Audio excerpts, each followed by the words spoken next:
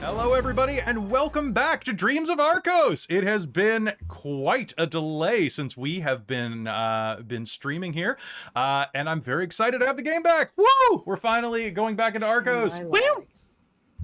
Woo! Everybody's lagging a little bit from the crossover, so we'll just give it 1 second. So hello everybody, welcome back to Dreams of Arkos. I'm your Dungeon Master, Kelle. I use he and him as my pronouns, and tonight we are going to be diving into the Broken Land of Dreams. What does that mean? You're going to find out tonight. If this is your first time with Arkos, welcome to episode 13. You've missed a lot, but here's what you need to know. The characters are travelers who have united under a auspice of prophecy that has had them show up at a powerful family's wedding. There, unfortunately, one of their companions turned out to be a little opportunistic and broke open an ancient artifact that released a god of dreams or nightmares or something, and has turned most of the islands of Arkos, kind of like a Greco-Roman type of island archipelago, asleep. The characters trying to break this curse have traveled down into the Feywild and below and have finally reached the Land of Dreams where they hope to undo this calamity. And that is where we ended our previous game. So, with that, I think it is time for us to just say hello to our cast, starting with Robin. Hello, I'm Robin. I use she, her pronouns, and today I am reprising I've forgotten my own pronunciation on my character sheet. It's been that long. Deianera. It's Deianera.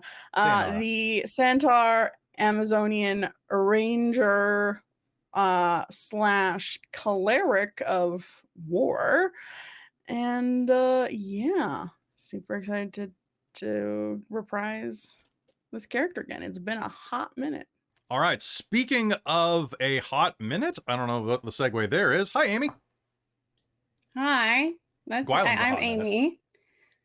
My pronouns are she, her, they, them, and I'm playing Gwylan, Halenan, the very human rogue sorcerer fighter mess. Yes, I will go with mess. Identifies as a mess. That is absolutely fantastic. Down beneath you, we have someone who identifies as a cow. It's Millie. Moo. Hi, I'm Millie and/or Bunny Hearted. I'm pinning the ears back for a moment to be a cool cow. I'm a Gemini. My pronouns are she and her or they and them. I'm a giant dork. I'm really excited to be back here. I'm playing Tyria Zenos, our Minotaur Artificer, and I'm looking forward to hitting some stuff with a hammer. I'm looking forward to that too. I really hope that you have a fantastic time today. I also hope that Kelle has a fantastic time. Hi, I'm Kelle from up the road. I use she, her pronouns. I am Mystredo, the Gorgon Medusa druid of the Circle of Sacrifice. What do we sacrifice? Pretty much lunch. You know, anything that we're going to have for lunch that day. That's what we're having. And I have all the snakes. The snakes are here with me. And I'm very other thing I'm excited for, not just being here, but I put together my little thank you packages for my Extra Life donors this year, and I'm sending out some really cool stuff. I've gone nuts on buying stickers and keychains, and it's just fun. So yay! It's fantastic. I would be remiss if I did not also welcome our final player, Trez. Hi, I am Trez. I use he, him pronouns, and I'll be once again playing Forn. He uses he, they pronouns, the reborn dragon monkbarian. Who is squishy as all hell. Beautiful. Hey, you know what's not squishy as all hell? Our sponsor for today, Bookwyrm Games. Bookwyrm Games is your place to go to get fantastic dice and to get them at a reasonable price. That's right. If you go to bookwyrmgames.com and use code DorkTales, you will save 15%. That is an extra set of dice or two. Not only that, if you spend 100 Canadian, which is like 70 US right now, the dollar sucks right now for Canadians, you can go ahead and you can get free shipping worldwide. You can get shipping into the Dream Realm potentially. I don't know, try it out if you're in the Dream Realm. I'd love to hear what happens. You also can get a number of things like teas. You can get very soon adventure modules, partially written by me, and I'm very excited about that. And they're just a fantastic sponsor, folks. But not only do you support us by supporting them, if you go and buy something for them and you let us know while you're watching us live, I will double whatever channel points you spend. Which means that if you buy a Hearth More, that'll be 2 Hearth Mores. If you buy 10 Hearth Mores, that'll be 20 Hearth Mores. If you buy 1,000,000 Hearth Mores, it's impossible. We don't have that many channel points, but I appreciate your moxie. But, so basically, I'll double anything you buy. Save it for our World of Darkness games, particularly the games that I play in, and buy me more experience points. Just a thought. So besides that, Bookwyrm Games is just absolutely wonderful. I'm very excited to also say that we are going to have our own line of Dork Tales dice coming from them in a bit. We're still working out exactly what they're going to look like, so give them some time. I know a few of you have very eagerly emailed them asking when the dice, but they will be coming. Probably around, I'd say September, October, just because of production times. But they're going to be absolutely fantastic. And yeah. They're wonderful. So go to Bookwyrm Games today. Also, I have something else that I want to announce, and Dreams of Arkos is going to be the first place that I'm going to say this. The schedule in July may be a little adjusted because we have been nominated. Dork Tales has been nominated for, including Robin, 3 awards from Extra Life for charitable fundraising.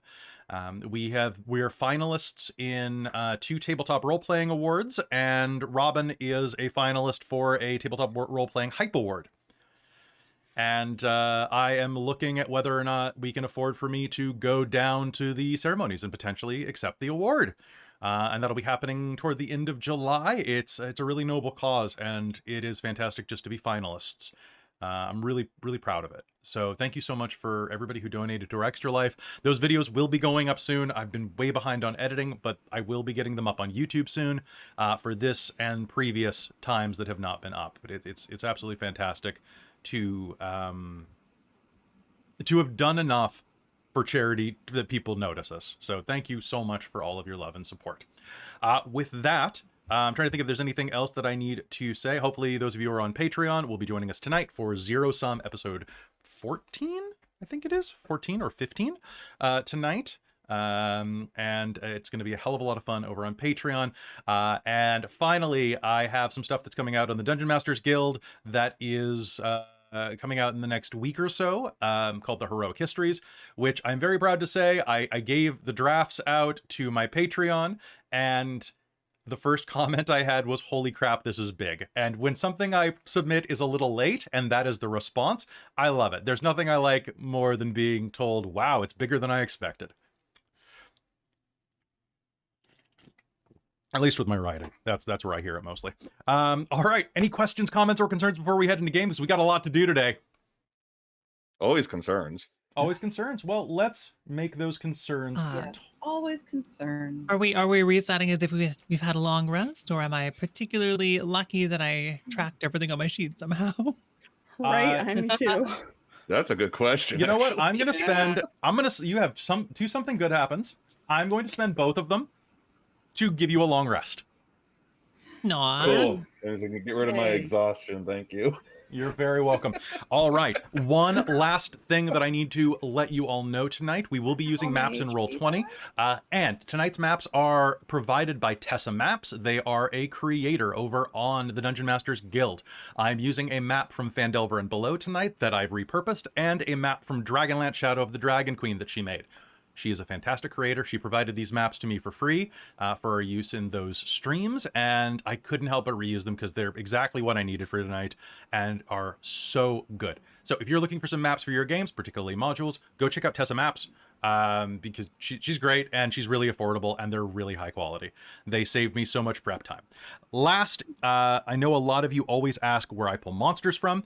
Tonight, I am pulling a lot of monsters from a non-standard 5e book, and it is called Flee Mortals. It's by Matthew Colville's production company, MCDM, and I will be using Flee Mortals tonight because it is fantastic and it's really creepy and I love it.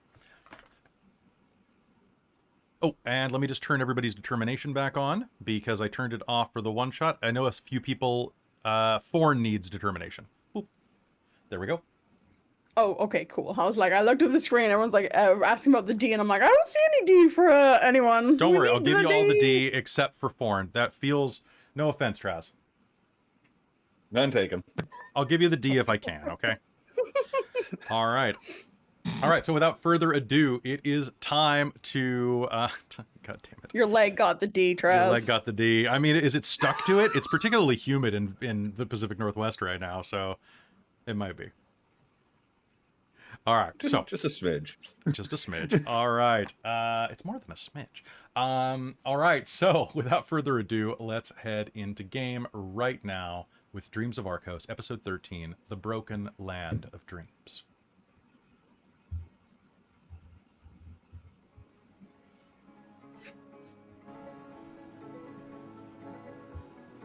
You fall.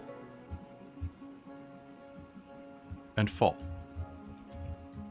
And fall. It doesn't feel like falling through air. It feels like falling through sand.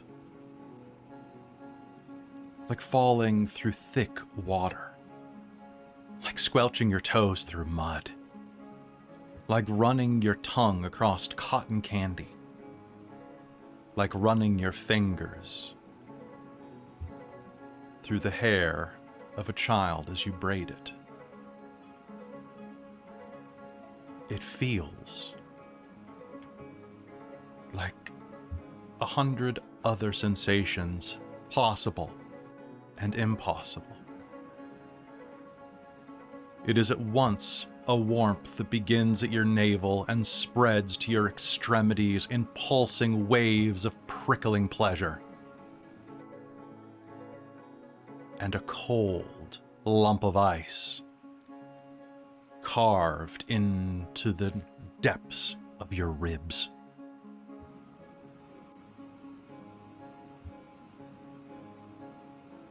It is darkness. It is darkness hued with the red of the back of your eyes. And then you find yourselves. You are lying on dunes that shift. There is no breeze to shift them. There is no sand. The ground beneath you is silken, and it stretches out impossibly into the distance, undulating, wrinkled layers of silk, like a honeymooner's bedsheet, ruffled, rumpled, and creased. There is no horizon, there is no skyline, there are no stars. Just the dunes of silk. What do you do? Who wakes first? Did you want us to roll for that? Yeah, I'm sure you can roll for it. Yeah, let's do that. What would that be? Wisdom? Being a reborn that doesn't need sleep, do you want me to roll with like advantage? Yes, roll with advantage. Add your highest mental / social attribute to it. So, wisdom, intelligence, or charisma. Okay.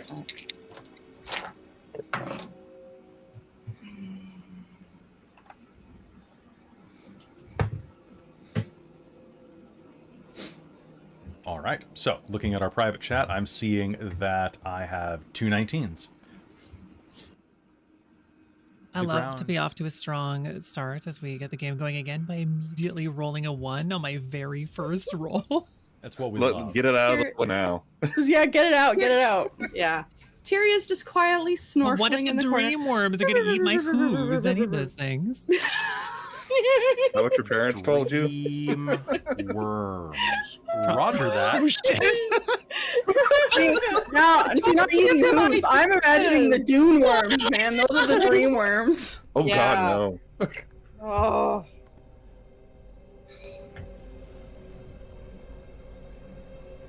Forn, and Gwylan. The ground is soft and cold. It is the cool side of a pillow against your flesh. And there is an urge to roll over and sink back into it. But both of you are going to find, like when you wake up in the middle of the night, completely alert from a dream that you cannot remember, but that startled you awake, and that you know you will not be able to roll over and go back to sleep from. You will each find yourselves wide awake.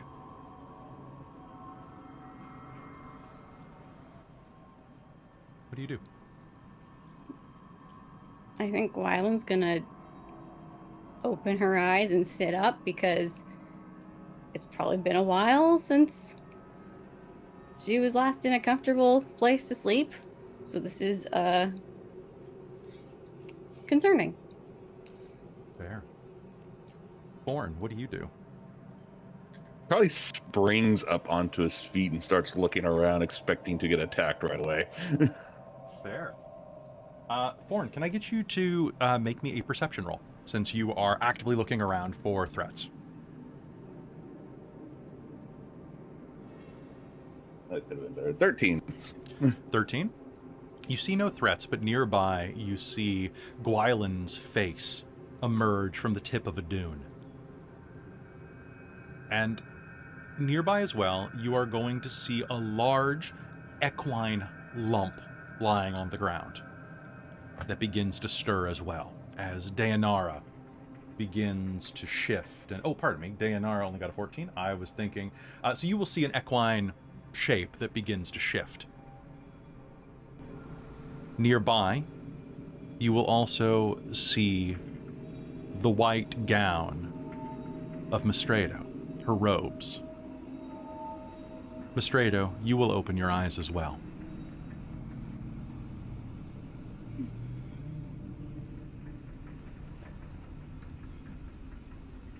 Can I get everyone, as soon as you awake, to please make me a wisdom save? Oh no. Oh, dear. Millie, Tyria's going to make this with disadvantage. Sounds good. That's a nat one. Okay. Oh no! 21. 21. Wisdom save, you say? Wisdom Is it save. 10? 21. 10? Okay. With disadvantage, I have a 19. Damn. Dirty 20. Wow. I don't know Okay. either. I don't know either. I mean, that's fine. All right, so. Forn, you look over and see Mystredo begin to stir. Mystredo, what do? You awaken on this cool, impossibly comfortable ground.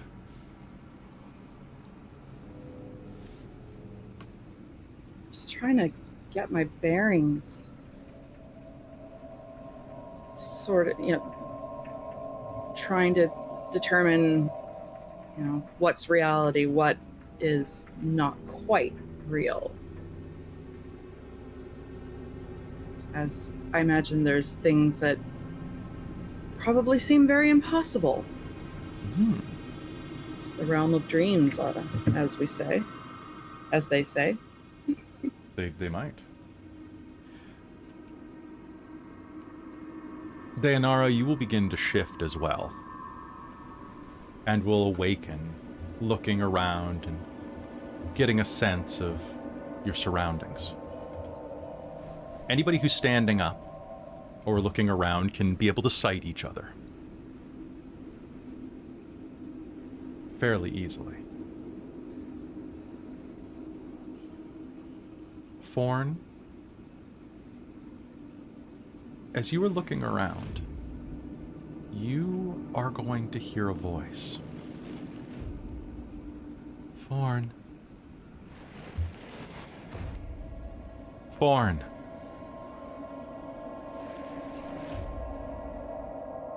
Who's there? How cruel are you?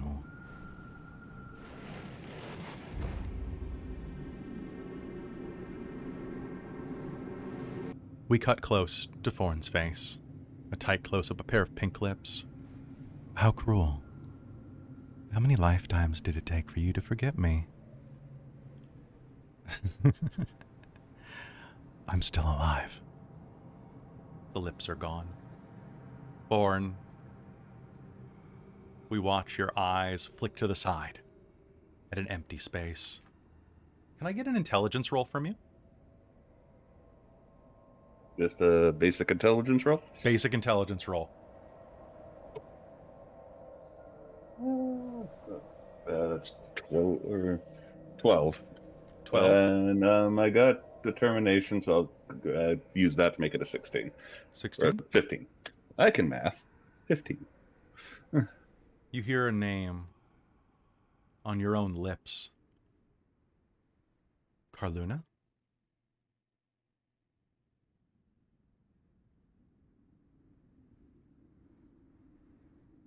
You smell cherry blossoms and musk and raspberries. A sweet, soft perfume.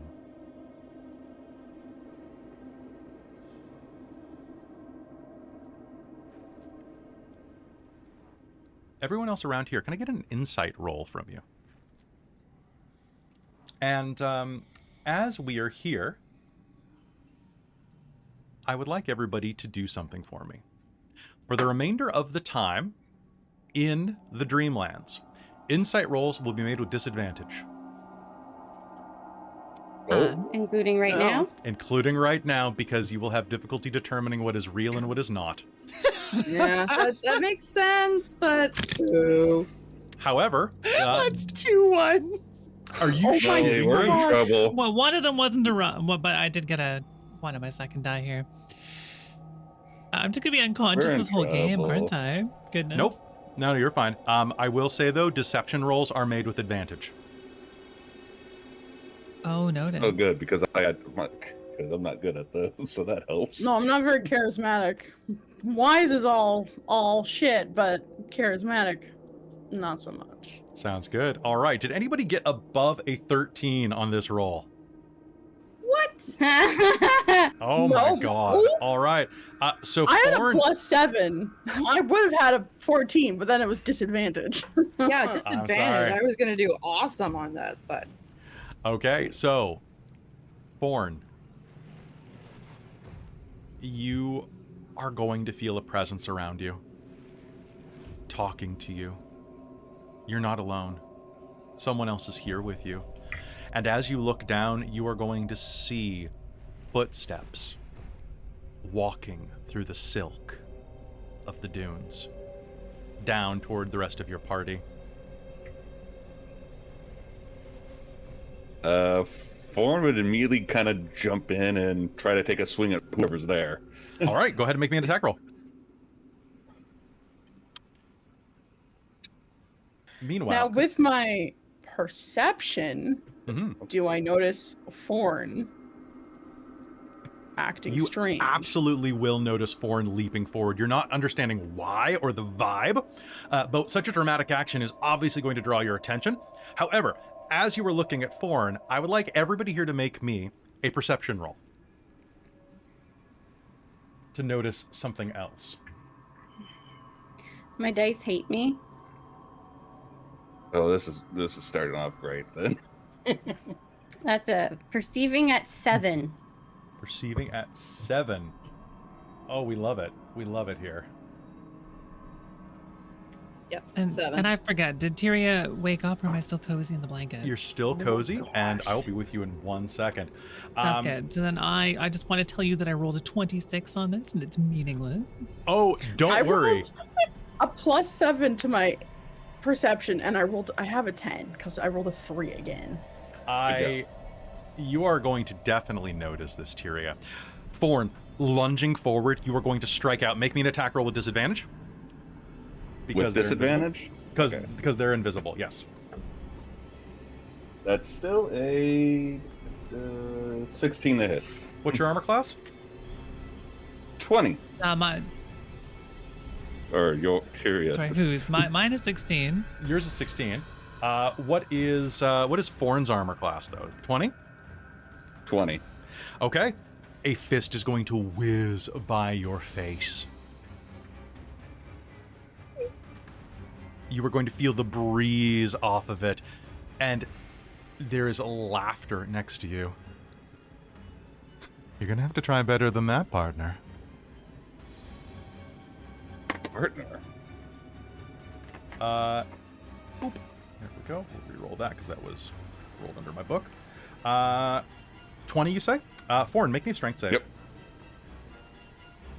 Oh boy. There's a moment beneath you where it looks like some of the silk swipes forward, like someone running their arm across it. It slides under your legs. 17. 17? Okay. You are going to leap over at the last moment as what feels like the side of a shin clips your heel, trying to tip you over.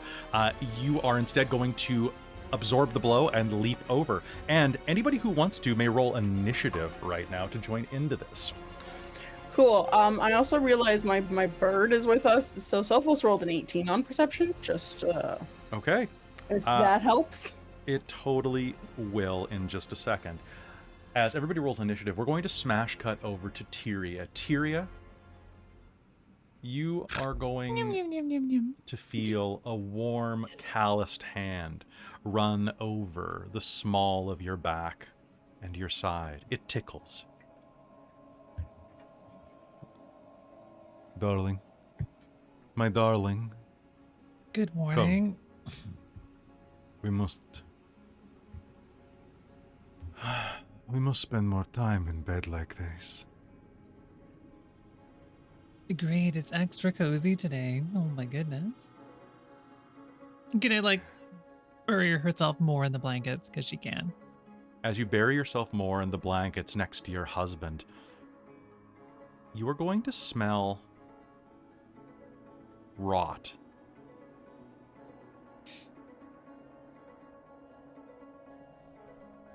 And I know that's not your cooking.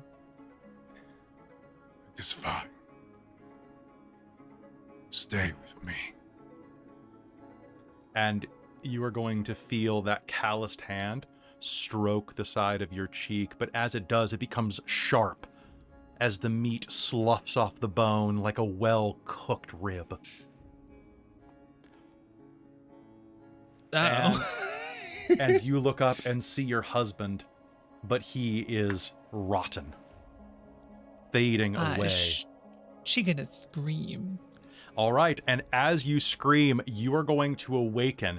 And anybody who got a perception roll, I think Sophos was the only one who passed aside from Forn. Forn and Sophos. Sophos, the mechanical bird, is going to let out a noise and point as Tyria's shape, lying over in the corner away from you, begins to sink down in beneath the silk. Picture a bedsheet pulled taut with nothing beneath it, and then roll a bowling ball onto it.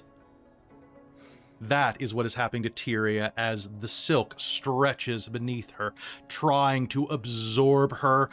You are going to awaken Tyria, and you are going to be restrained by this effect because of that botch.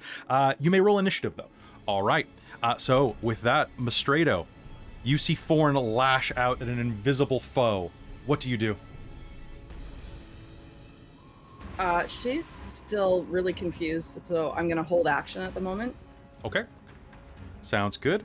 Forn, what do? You feel this figure in front of you, and also see Tyria beginning to sink into the dunes. So he is going to. I've been about to play one. And spend a key point to disengage with whatever in front of me. Okay. And how far is Tyria from me? Tyria is about 30 feet from you. Cool. I got 45 speed. I'm going to disengage with my bonus action, move to Tyria, and try to bring her up. Sounds good. All right. Rushing over to Tyria, you can hop over to the edge, and you can attempt to grab her. I'd like you to make me an athletics check. Cool. I am going to use one of my... no, I don't need to declare it until after I see the roll. So This is true. Okay. So that's a 19 on the die. You said athletics? That is a 24. Holy crap. Okay. So Tyria, you're going to begin to sink under and are going to feel Forn's strong hands grab you and begin to pull you up, breaking the restrained condition. You are going to wake fully, realizing that vision of your husband was in fact an illusion. However, it is going to be a bit disturbing still. I mean, of course. Going from the childhood trauma of the undead to seeing her husband melt into a skeleton to being rescued by the one zombie in the party for some reason, it's an experience she will not soon forget. Okay. I'm going to spend a Hearthstone more on this. Forn. Yes. There's a nat 20. Oh, no. Forn, you are going to pull Tyria up. Tyria, can you make me a dex save, please? Uh-huh. Forn, something small. What'd you get? Okay, so I rolled a 21, but my pool was 1. I rolled a nat 20. Beautiful. Nat 20. Forn is going to grab you and pull you up, straining. You're going to see the cords in his neck as he pulls you up to the edge of the pit. But as he does, something invisible impacts him hard, knocking him over and breaking his grip on you. You are going to be dropped, but are going to lash out and grab the edge of the pit and be able to pull yourself up. Forn, something hits you hard, rolling you over. You are dangling half over the edge of this pit. All of you are seeing this. Forn is basically from the navel up, dangling over the pit, but something is holding him solid. Anybody with a passive perception of 15 or higher are going to see that next to his hips are a pair of divots dug into the ground. But Forn, you are going to see, what does Carluna look like? What does your elf partner look like? Or do you not remember? Don't remember. She has blonde hair, cascading down over her shoulders in ringlets. She has dark skin, beautiful, like a deep mahogany. Her wood elf heritage gives her sharp eyebrows and a wicked grin. She is using that grin on you now as she pins you to the ground dressed in her robes.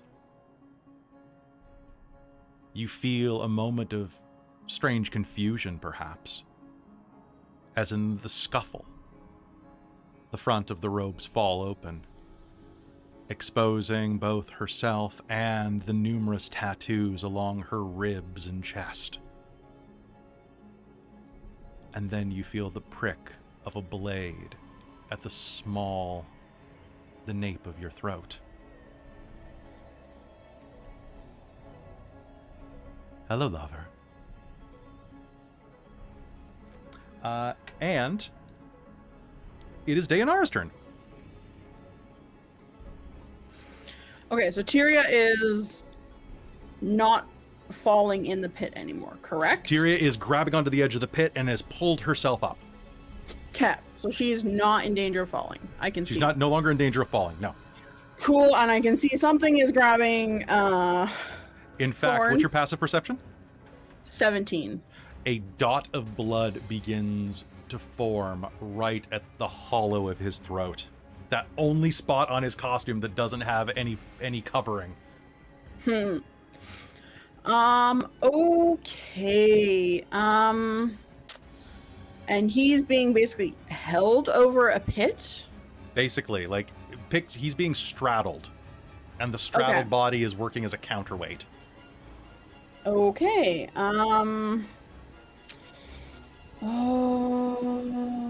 Trying to figure out a lot of my spells that I wanted to use. I have to see the thing, so I do not see it. Totally. If only we had something that allowed you to see invisibility. Right. I think instead, Deianera is going to...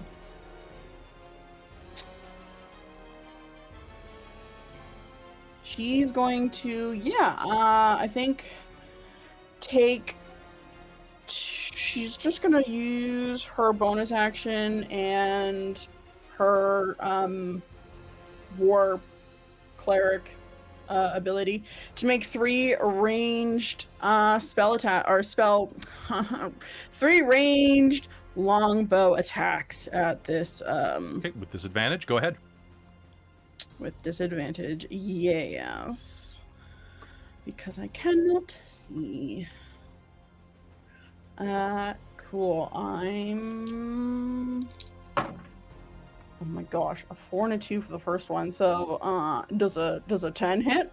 Nope. For the first one? Cool. Actually, hold on. Let me read, because I just got this ability, so it's brand new. And if I can't know that it failed, or then I won't use it yet. After you see the roll before the DM says misses. Okay, so the first one I won't use that. Cool. Mm-hmm. Second attack is a 13 plus 8 is 21. That is a hit. Perfect. And then for this one, I'm going to do -5 plus 10 sharpshooter.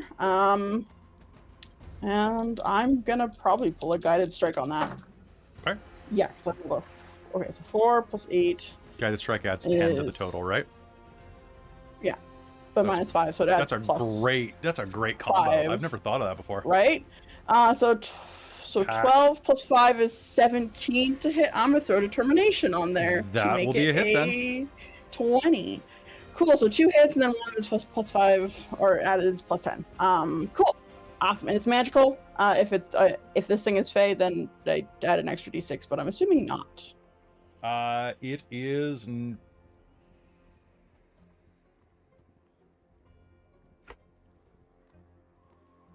It is not. Okay, I was if it's monster type, says if it's monster or brave beast or something. Mm-hmm. I show favorite enemy on beast too, so but I'm guessing it's so not. A Fey beast would just be you'd be its worst day. It's its worst day. Yeah. Okay. Cool. So then 2d8, and then I just add plus 10 to that. Great. So 2. Deianera knocks 3 arrows, and says,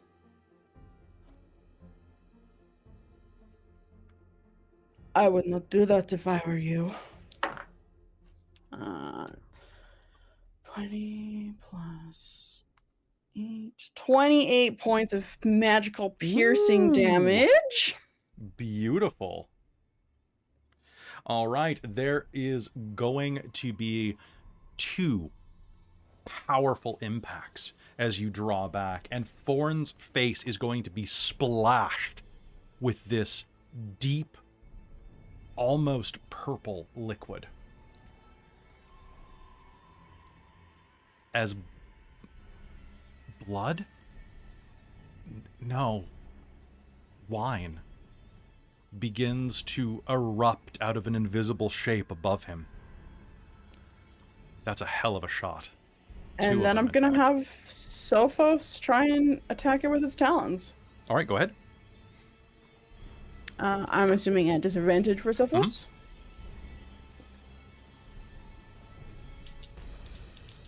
I rolled 2 5s. So let me see. +4. Yeah, I don't think a 9's gonna hit. A 9 does not hit. Tyria, it is your turn. Awesome. So I think Tyria's gonna, she's pulled herself up already, so she's gonna pull a little vial from her pack, crack it open, and sprinkle that on her giant boudoir great club. And this spell is, what's it called? Branding Smite. Ooh. So the next time that I hit a creature with weapon attack before the spell ends, it gleams with astral radiance and deals 2d6 radiant damage to the target, which becomes visible if it's invisible and sheds light in a 5-foot radius. And then she's just going to yell incomprehensibly and swing at this thing with the hammer. Make me an attack roll with disadvantage. First swing is with disadvantage, right? Unless you spend your inspiration. Don't forget everybody starts with 1. So first swing's an 18 with disadvantage. Okay. You have determination. Let's try the second attack still. Okay, go ahead. Your first one whiffs. Let's try that determination. Okay. So what does that total raise to? It's 19. I only got one more. Only got one more. Did you add the +1 for your bedpost? I did, yeah. All right. It's all right. So It's all right. you can use your inspiration to reroll. Oh, I did. Yeah, I only got a 19. Oh, okay. Well, Yeah, I mean, literally one more die above. well, you take the highest of the inspiration roll, so that would be a 20. Oh, then that would be a 23. Okay. So in that case, that will be a hit. Roll me damage. Sweet. So I can't do Booming Blade and I can't command Mouse because I did that thingamajangle. So then it is going to be 8 damage. 8 damage. All right. There is, however, a flash of light as I didn't roll the spell damage. Oh, Sorry. you didn't? Okay. No, it's okay. Do. You thought you were an artificer and then you became a paladin. Who knew? I rolled 2 6s. So then 20 damage total. 20 damage total is going to smash into the side of this creature that is going to roll over. For a moment, you are going to see what Forn saw. However, the strength of your smite is going to impact with the side of this beauteous, dark-skinned elf. And as you roll her over, though, you're going to see her form almost like you've torn part of it away with that strike. She becomes visible to everyone, and you are going to see part of it begin to turn to liquid around where you hit her, as if she's made of like congealed wine.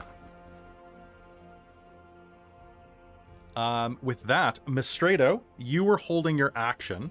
I think you said you were holding ice knives, or was that Gwylan? No, I was holding ice knife. Okay. So. You said that in our private chat. Right. So, Yes, I did. So you see somebody now. I can see somebody. So I gotta like, yeah. Okay. Ice knife. All right. Reminder that ice knife does do damage to people around it when it erupts. Yeah. But they can probably. Yeah, I handle it. know. It's probably fine. All right. I So think go. so. I'm hoping Okay. so. It's only a 5-foot sphere. Well, you got 2 people within 5 feet of it, so we'll see how that goes. All right, so make me a ranged attack against the target. You now, are there any other bonuses aside from this creature being visible now, Millie? I mean, it emits light in a 5-foot radius. Okay. All right, so I need Forn and Tyria to both make me a dex save.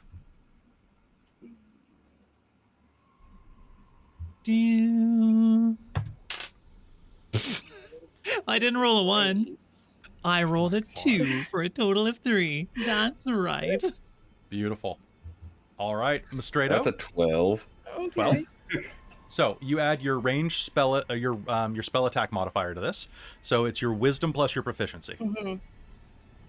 My wisdom plus my proficiency. And that is, wisdom proficiency. We haven't played this game in a while. It's fine. Catch your breath. I know. So, What'd you get on the dice? looks like I might have made it. I rolled a 16, and my wisdom, bonus is a 4, so I have a dirty 20. You actually don't forget your proficiency bonus on the hit, so you actually have a 23. So that is definitely going to be a hit. Yes. So Sorry. I need you to roll that me a proficiency. D10 Oh, and dear. then Yep. 2D6, and don't add them together. Give me the No. D10 first. The D10 is a 1, so hopefully Oof. not. My friends aren't hurt too bad. Okay, so that's 49 need points of 2d6. damage this thing has taken. Okay. And 2d6, which everybody is going to fail this because it is Tyria and Forn both rolled under your spell Can save. I use a reaction? Yeah. Forn looked like he was being stabbed or attacked by this thing. I can use a flash of genius. to just yell, Forn, look out, and then just like whip a hunk of metal in the way. Okay, to get a that sounds good. +3 on that saving throw for Forn. Can't use it on myself. I guess I can, but not enough. Thank But you. maybe that +3 is enough to prevent Forn from getting some damage. I I'll think try so. and heal you afterwards. What's your spell save, Kel? My spell save? I think it's Is- 15. My spell save. Oh, I saw it here. Where was it? I just saw it. What's your wisdom bonus? Sorry. My spell save is 15. Sorry. There Okay, it is. so that flash of genius would make Forn pass. Okay. Okay. All right. cool. And what'd you get on You your want 2d6? I got a 2 and a 4. Okay, so 6 points of damage to Tyria. Forn, you're going to I'm take sorry. none. However, this version of Carluna is going to botch and take 12. Woo. 61 points of Means I damage. do more damage to her. You did a lot more damage to her. All right, you Thank you. hurl an ice knife. It is going to slam into the shoulder of this creature and explode. Tyria is going to take a bit of damage as bits of ice crystal are going to impact along her frame. And Gwylan, it is your turn. Oh, yeah. Stuff is happening around me. This is really concerning. And we can now see the person attacking Forn. You can now. Okay. How far away are they from From me? you, they are about 15 feet. Cool. Cool. I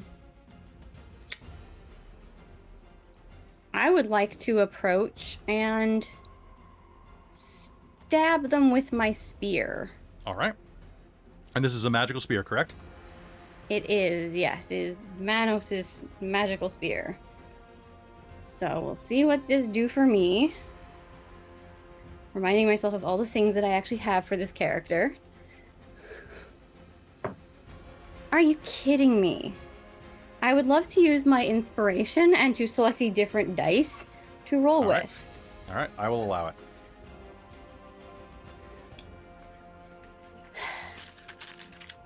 One second. Better. That is significantly better. Okay. Okay. So, that is a dirty 20. Dirty 20 is what you needed. Go ahead and roll me damage. Okay. So, I'm just reminding myself what my damage dice are, and I can sneak attack because I have those levels in Rogue. You Does this absolutely count for can. this because there's people They are nearby within- flanking? They are within 5 feet, so absolutely. Cool. So,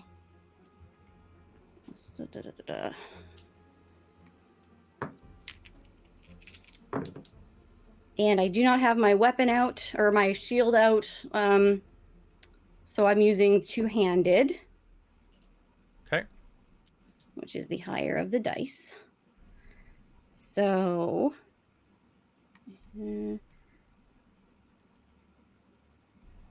22 piercing. How do you do it?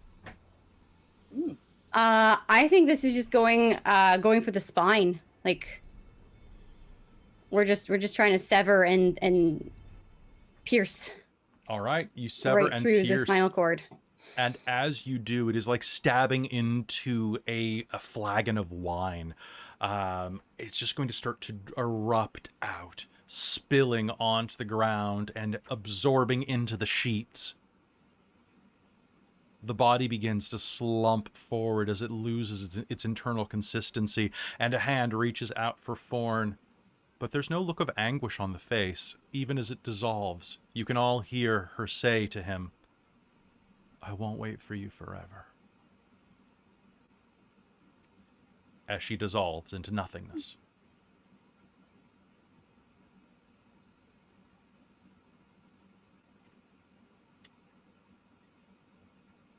We out of combat? We're out of combat. What?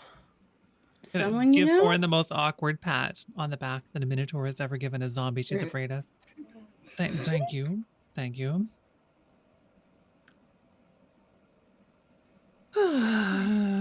Yeah, he's gonna feel for that wound he took, wondering what happened. Is her body still on the ground? It is dissolved into wine. Oh.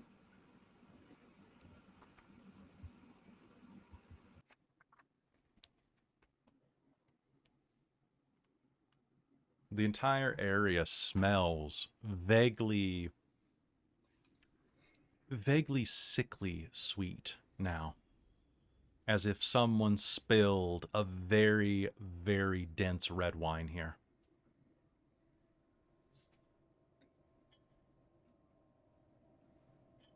You've become quite accustomed to the smell on your travels. Could have been a worse welcoming. Could have been better. And I'm going to assume that this won't be the only incident. So... And then Gwylan's going to trail off, and then is going to cast Mage Armor on herself. It's probably a good idea. Yes. Is there anything we can see around us other than the silken dunes? Make me a perception roll. Sure. You can roll with Sophos. advantage if you climb to one of the higher dunes, but yes. I was gonna say I'm gonna send let's look at Sophos to that. do an Sophos aerial can roll with for me. advantage. He Nice, already nice. does. Well, then he can roll with super advantage, which is just Yeah? advantage, Oh, okay. but I he was feels like, better super. about it. Oh my god! I rolled a 7 and a 4. God, what the fuck? I just rolled a 12, so I got an 18. An 18? All right, so Sophos Sophos got it. will fly up into the sky and will look around and will get distracted. Glancing over, you see through his eyes, right? No, but he talked. I can understand him. Actually, He I is could cast Beast Sense and see through his eyes. Okay. He is going to caw back to you that there are strange riders to the east.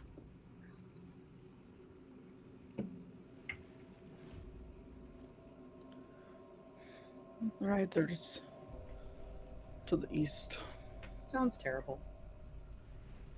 That will distract him because this is a very alarming sight when you actually see it. He is going to be very concerned. Tyria, climbing to the nearest dunes. Did anybody else climb up there and roll as well? I guess so. Like, I didn't know if like me sending Sophos would negate my ability to do it too, but No. I would also. Okay. So you can go ahead and roll with advantage as well and see what Tyria sees. 7 and a 4. I rolled the same on this dice, so 14 You know what? for... I'm gonna give you this because I like it. You are going to climb up to an opposite dune when he caused that, and looking out across the way, you're going to see something that's going to distract you as well. But first, Tyria, looking up to the north, you are going to see a bright light shining in the far distance. Beyond these undulating seas, you can see that the ground becomes more stable, almost like there's a render distance, and you're outside of it. There is a huge mountain in the distance, and around it, you see a large, vaguely ovular city. It has huge walls that are kind of what's the word I'm thinking of? They with kind of pinched edges. The walls heading out in vague half semicircles, with a large gate at the bottom and an immense bridge that leads over a dark chasm of rushing wine. She'll wander back towards the party then, throw her hammer over her shoulder and go, well, terrifying city of dreams is this way. Great. Let's go. I think that's better than riders. And To the Deianera, east. this is when you're going to look over and you are going to see whales? Quadrupedal whales rushing across the dunes, heading toward the northwest. They're being ridden by riders draped in almost like desert clothing, multiple layers, full face shawls, long lizard-like tails. But they're riding what appear to be orca-sized whale creatures. They vaguely resemble bullets, if you've ever seen one of those. But these are diving in and out of the dunes, almost as if they were like dolphins or orcas, riding the waves, staying close enough to the surface to breathe and see. As these riders stand on their back, almost like the worm riders of Arrakis. You know what I'm talking about? With like the almost chariot style riding. And there are 6 of them that you can see making their way. Towards us or away from us? They're kind of headed vaguely in the direction of the city's outer wall. Interesting.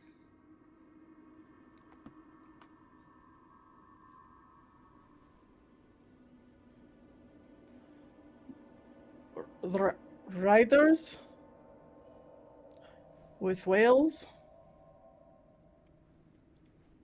sand whales, I guess, going towards the city. That's probably the direction we need to go.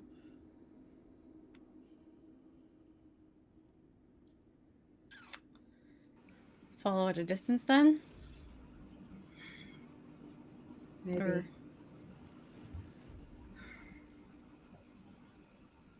Yes, I do not know if they're friendly or not, but if we're heading in that direction, I guess we'll find out.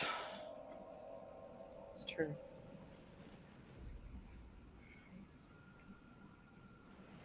Right. What do you do? Do you begin heading north? Gwylan is. He's going to start heading in the direction they pointed towards the city. Okay. Yeah. As you crest the dune, you are going to be able to see the city, and anybody who looks at it from this vantage point, you are far enough away, you could make me a medicine roll. Okay. Medicine. Mm-hmm. All right. Choosing a different dice than the 2 that I've rolled so low. And then it rolls a 3. 10. 9. Also a 10. 14. 14? 13. Okay, 13 and 14. You are going to be able to see the outside shape of it, and are going to recognize it has a very specific shape. One that you've seen before in medical texts. With the one exception that it does have a long entryway and bridge reaching from the bottom at the base.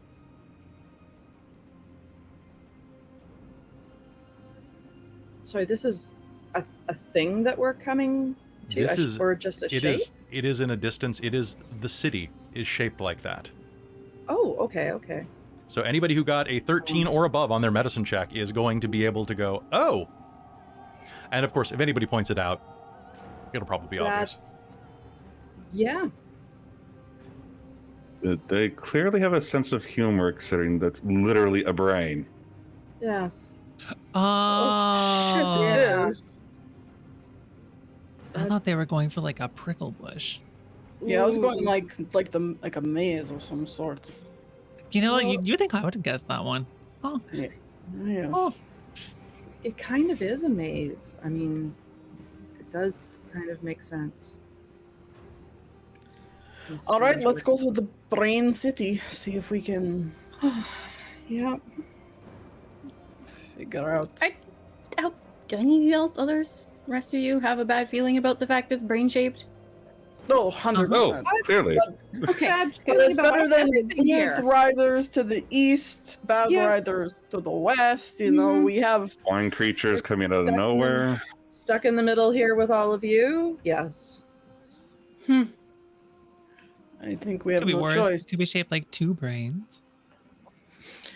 What makes that Could worse? be shaped like the 9 circles of hell. That could be even worse. I would not want to. Let's leave those thoughts behind, considering we're in a place of dreams. You don't need to make that a reality. That's true. That's true. All right, anyone want to ride? Deianera will gesture to her hindquarters. If you're offering, sure. Yes. Gwylan will hop up. So will Mystredo, because why not? Okay. Honestly, if anyone can fit, I can carry like 900 pounds. I'm pretty sure we're not both 900 pounds. I know, I'm saying if anyone else wants to get on, I have like... I think there's also the factor of space. Yes. There's that. Yeah.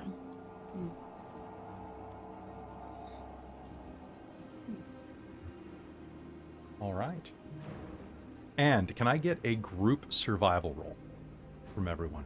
Oh, yay. What? What does that mean? That means everybody make me a survival roll. That is a dirty 20. A dirty 20. That's That's beautiful. a dirty 22. Ooh, a dirty Ooh, 22. Why are all these rolls dirty? Amy, would you get 17. It's a 17? 19. If I rolled a 20, it would have been a 19. 23, and then it would have been. Man. All right. And Listen, the ranger here. So Dice do not like her. No, I didn't. I rolled a 10, but you know.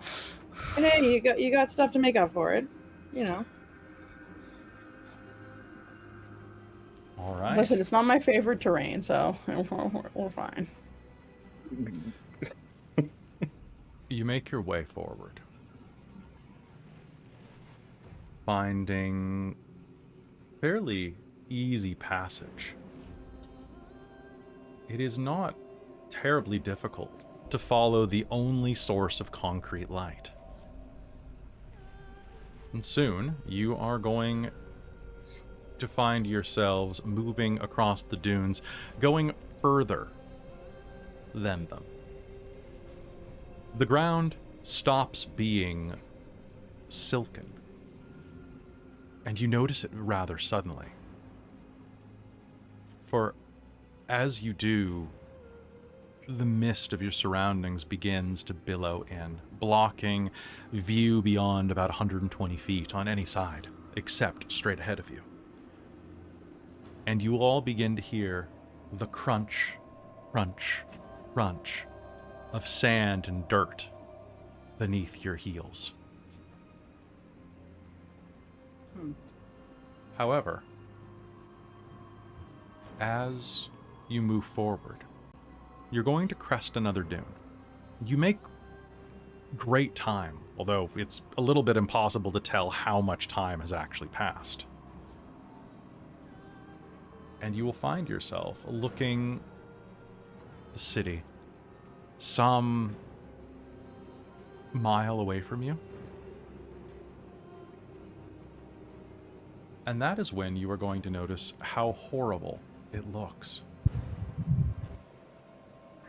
The walls are broken and rotted, which doesn't make sense for stone, but it looks like something has dissolved through them. An acid?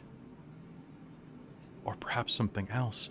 You're going to see all around you bits of matter floating through the air like ash particulates. Parts of the walls of some of the buildings inside look like they've been struck with a hammer, and then someone forgot to finish the breaking. As if time froze mid-shattering. Hunks of concrete the size of your heads hanging in the air. There are lights and there's movement throughout the city in front of you. Although it is very, very slow and very sparse. And as you move forward, you are going to see that the ground in a quarter mile around the city is completely shattered. Oceans of wine permeate it, plunging off into deep, impossibly deep, emptiness beneath. However, you're fortunate. For much like the walls of the city, the ground ahead of you, once you reach the edge of the actual terrain and the wine begins pouring out, there are chunks of it that float in empty space, held by the same lack of completion that the broken walls and buildings. Before you can approach that entirely, you are going to hear the sound of soft sobbing.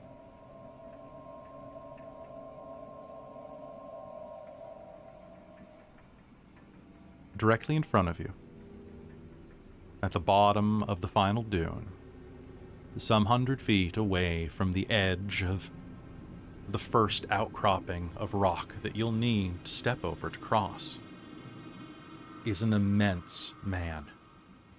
He stands 20, maybe 25 feet tall.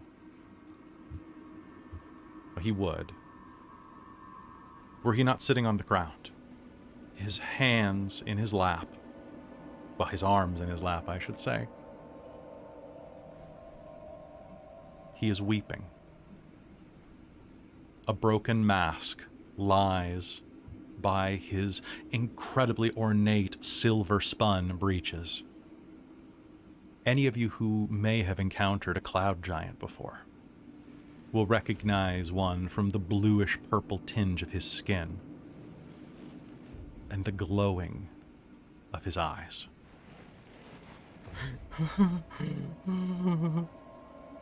Are cloud giants Very beasts? chaotic. They are giants. Okay. Okay, that's a specific type. Yeah, Okay. giants are their own specific thing. No worries. I'm just trying to figure out if I chose a good thing for my second favored enemy. Try and figure out stuff. Was Beast the one you just picked? I chose it at level 6, like 2 levels Okay. ago. On guidance from you potentially, so I just want to make sure. Yes. Well, if it does not keep coming up, we'll talk. Okay. You think that if you wanted to, you could maybe sneak around him? But he's sad. He is very sad. Do we want to talk? If not, I can cast that spell that makes us more stealthy to try and sneak around. But if we're going to go ask him why he said, then there's no point in doing that. So whatever we want to do. It's the first currently non-combative individual we've encountered. If that holds true, might be able to get some information. Yeah. True. Well, shall I Okay. go talk to him? Yeah, you can Might as well. go. Let's go talk. I'm not very talky, so Anyone have suggestions for talking to giants? Gently? No? Sure. We'll give it a try. And Gwylan's gonna start heading over. Just pretend you're talking to me, but like 2 or 3 of me. Mm-hmm. So either way, I'm still craning my neck up and getting a kink in it. Got it. yes. Got it. Yeah, so Gwylan's gonna try and is gonna approach, not exactly stealthy, so that they know she's coming, so she doesn't startle them, and is gonna stop, like, maybe 15, 20 feet away, just to not be Hello? directly in range. Hello? Hello? Who art thou? My name is Gwylan, and what's your name? I'm Saltus. Saltus of the curving grimace. I Prince of Is a the Curving Firmament. Grimace a place, or is that just a title? It is a title. It's one of my... It's a very impressive title. Should be. It's a good title. I was a Lord of the Firmament before I came here. What has you looking so distressed? Sad. What's happened? I came here, and I've tried to... I tried to leave.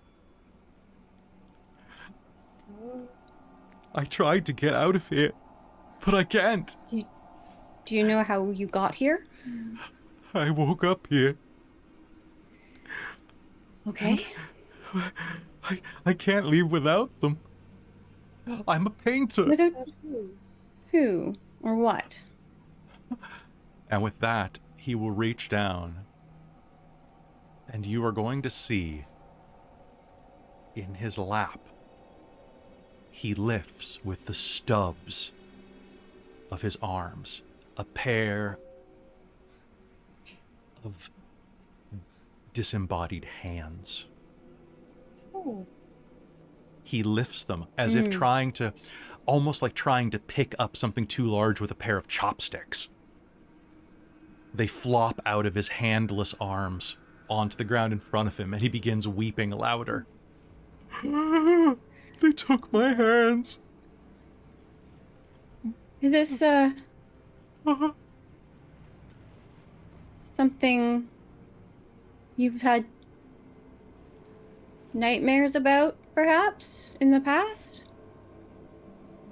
It seems like something that would be the worst nightmare of anyone who's used their hands as their trade. Yes, everything I am is my hands. Uh-huh. I'm a courtly painter. I was to paint my father, the king of the clouds, for his upcoming nuptials. I came here... Congratulations to him, then. Thank you. I came here for something that I do not remember.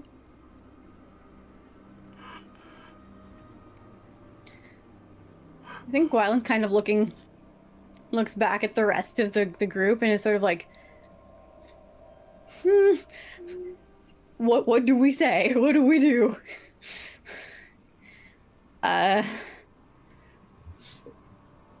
Considering I don't have memories myself, that's a little hard for me to even answer. Do we try to heal him? I'm not sure that we can. And Gwen's kind of like dropping her voice down just so that they can hear her a little better, but not the giant. Hopefully, I don't think she knows how well giants can hear. So fingers crossed here. Yeah, who knows? If this very much seems to be the land of dreams, I think we can say we've made it here. And if that, like subtle, like slight nod towards the giant and the hands, is a painter's nightmare, I don't think it's going to get fixed until we're out of here. Unless we can find something. I don't know. What do you know about dream logic? There isn't any? I don't know. I mean, there's some, isn't there? Like, if you fall, like, the way to fly is to jump at the ground and miss or something?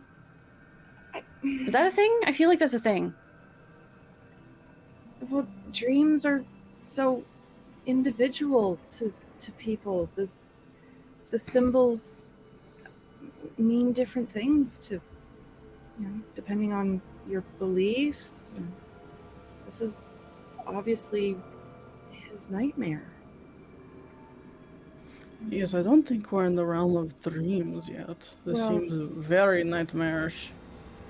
Dreams and nightmares come from the same place. Yes, but I believe they're ruled by different gods, so I think there would be the realm of dreams and the realm of nightmares. Yeah, but both of the gods were sealed. So sure. It's very fluid. Do we just say we're working on it and wish him well. Tell him he'll hopefully wake up soon and his hands will be reattached. Yeah. Let's see what we can figure Yeah. out. Gwylan's gonna turn back to the giant and goes, all right. I've consulted with my companions, and we'll look into this. But I don't believe it's permanent. So What do you mean it's not permanent? well, With this my place isn't really. She's gonna kind of tap her foot on the ground, which is like the weird silk dunes.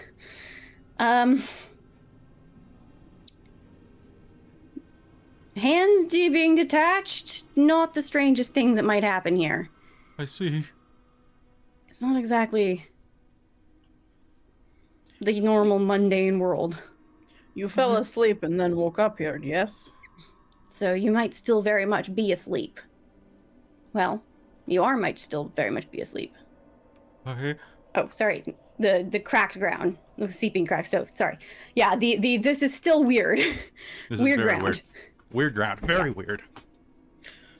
Do you see the wine that's seeping through? That's not normal. So, your painter, worst nightmare is losing your hands for your craft. So,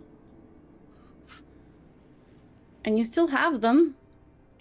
They're just They don't fit anymore. detached. They don't go back on. Please, there are 6 of you? 5 of you? Can one of you loan me yours? I'm afraid they won't fit. We're much too small. It would be Yes. useless, and we don't have the skill and talent. The precision that you've trained into yours, we wouldn't have it. Fine. So just take a breath, and maybe have a nap. maybe you'll wake up with your hands. Try to make him some, but I'd be here for ages and I don't have any of the materials. That's fine. Gwylan, make me a persuasion roll. You can make it flat because of your ally's help. Fine, you can do it. I have faith.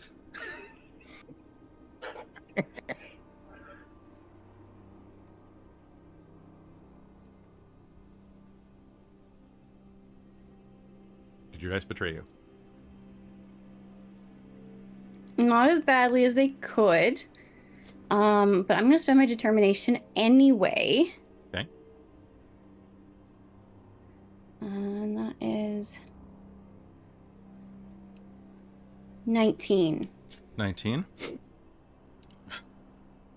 He looks like he's about to get angry with you for a moment. And then swallows it and goes back into just his sadness and buries his head in his chest. You don't think that he's going to stop you from passing at this point.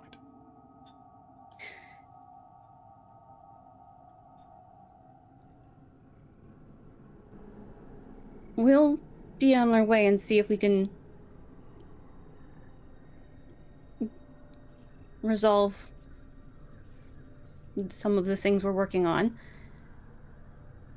And would you be able to do, just as a last question, have you seen anyone pass by recently? I... One moment. When I remember the city. I remember being inside of it. I remember I was lost. The lantern. There was a lantern. There was a person with a lantern. They guided me. Go towards the lantern and the bleeding eye.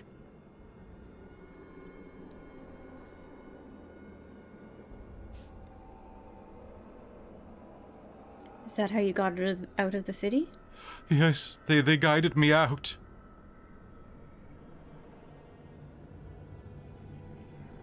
Find them.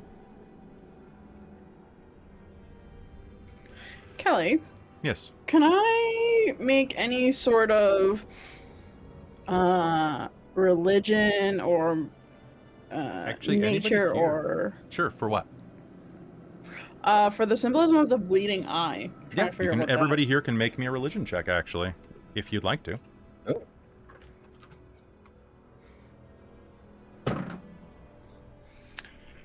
Nope, that's a 6. That's a 6. That's a 5. That's a 10. 10. All right. All right, Gwylan, Mystredo, 17. 17. Somehow walking out of that with a 21 for religion? Okay, Gwylan and Mystredo. The bleeding eye could be a number of things, but you know that it is the symbol of the god of prophecy and plague, Zenos. It is an eye with, I believe, it's either 3 or 4 like dripping bits of ichor beneath it. Zenos and Samira have been the gods who have managed sleep and dream in some ways. Zenos is a god who delivers prophecy and nightmares through fever dreams. And is reportedly enamored with Samira, the goddess of song, healing, and restful sleep.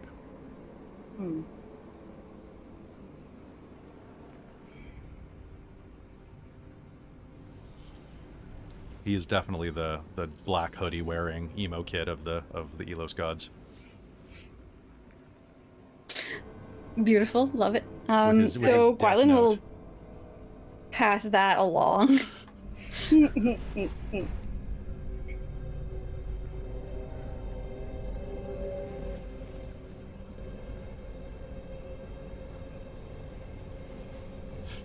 Now leave me. I have much to mourn.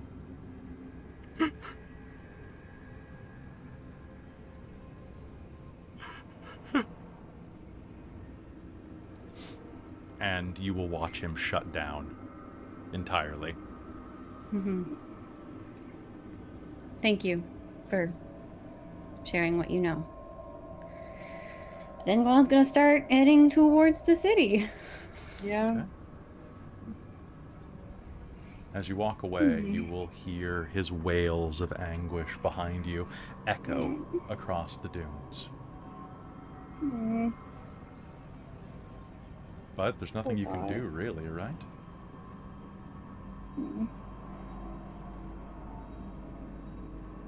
You progress forward. And as you do, you are going to find yourselves at the edge of the chasm. And let's head over there. The chasm stretches ahead of you. The first gap, as you look down, it could be 100 feet, it could be 1,000,000 into the darkness below, where it seems that the world has forgotten to render itself into existence. There's about a 10-foot gap ahead of you between these floating rocks. Beneath them, there is absolutely nothing. And as you reach the nearest edge, you can see across from you an immense figure lying dead on a rock ahead of you. The next island is floating, bobbing slightly, a few inches, give or take, as if it were suspended on a sea, although there's nothing beneath it. You can hear the distant foaming crash of the wine as it rolls over the edge into the abyss below. And can I get a perception roll? Oh boy. Yeah. Wait, Got a disadvantage, right? 19. Perception will be flat. Oh, flat. It's just insight. 19? I also got a 19. 7. Yeah, same. 19. 18 and Sophos got less. Sophos got less. Okay. Looking ahead of you, you are going to see this figure lying dead there.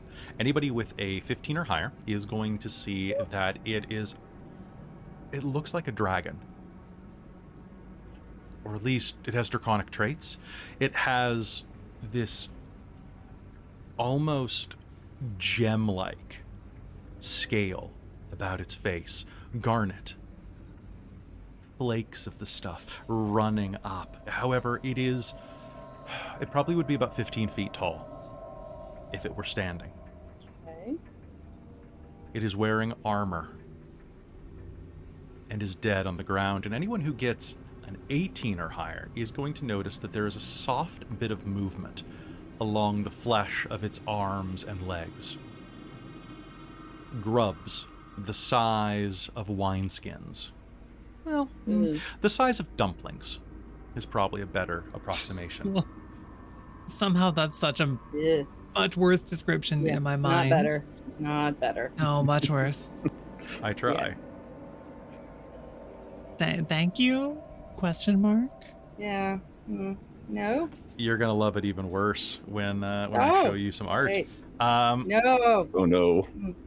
You know what? This one time, I think I'm good with theater of the mind. Are you sure? Yes. No, but also yes. No, I'll look at it because. So they're pretty far away. Sucker. So how are you going to make your way over? Carefully? Dramatic run and leap. Okay. It's not that far of a gap, is it? It is not. So for a running leap, you can leap. You have a 10-foot gap. You can make a free jump equal to your strength score. So you can make a long jump equal to So if your strength is 10, you can jump 10 feet in a long jump. Nice. Deianera is 16. Will. Yeah. Forn's at 14. So Same planet 18. And just scoop up mouse and just jump. All right, sounds good. 10. 10? Well, luckily it's only 10 feet. Mystredo, I want you to make me an athletics roll just to see how well you do this. Okay. Yeah, I got okay. Athletics. 16? 16, okay. Rushing back, you're going to hit just the edge of it, and you're going to leap over. Your heels are going to skid on the ground as you make it across. Ooh. Gwylan, you have a pretty high strength score, right? No, I'm Dex. Oh, I have strength of 10. I have no, I'm just proficient in, all right, make me an athletics check. Oh, And Forn, your strength is 14. Okay, yeah, you can do it, no problem. So athletics check is 17. 17, you as well are going to leap across, and for a brief moment, you are going to feel this lurch in your gut when you think you're not going to make it before you touch down on the other side. But you do.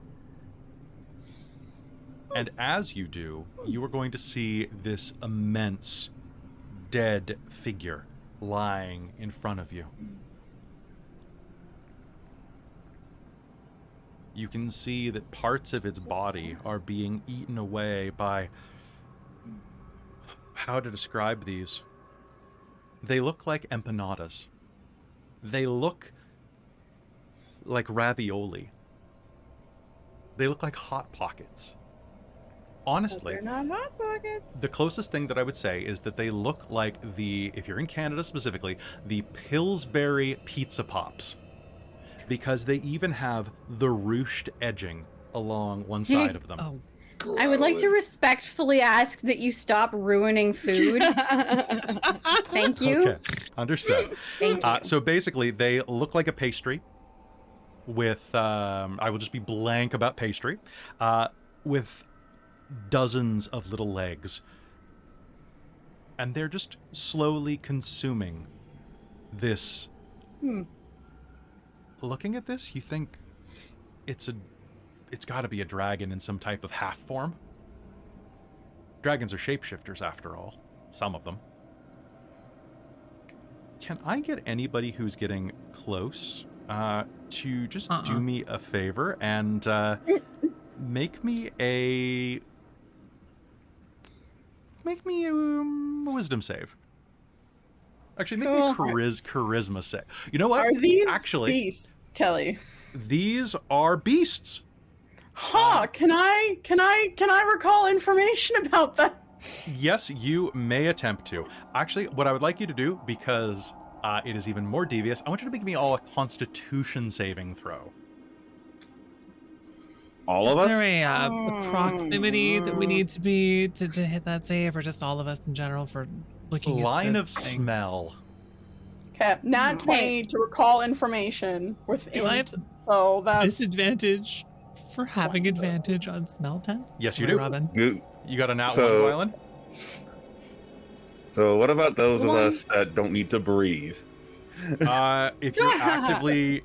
The thing is, of something like this, it will waft into your nose if you are speaking or breathing naturally. So, are you breathing when you land? Probably out of instinct, yes. Then yes, make me the roll, but make it with advantage. Okay.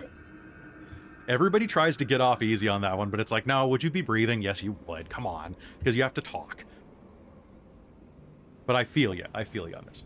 Okay, Gwylan, Tyria, what'd you get? A 10. A 10? Okay.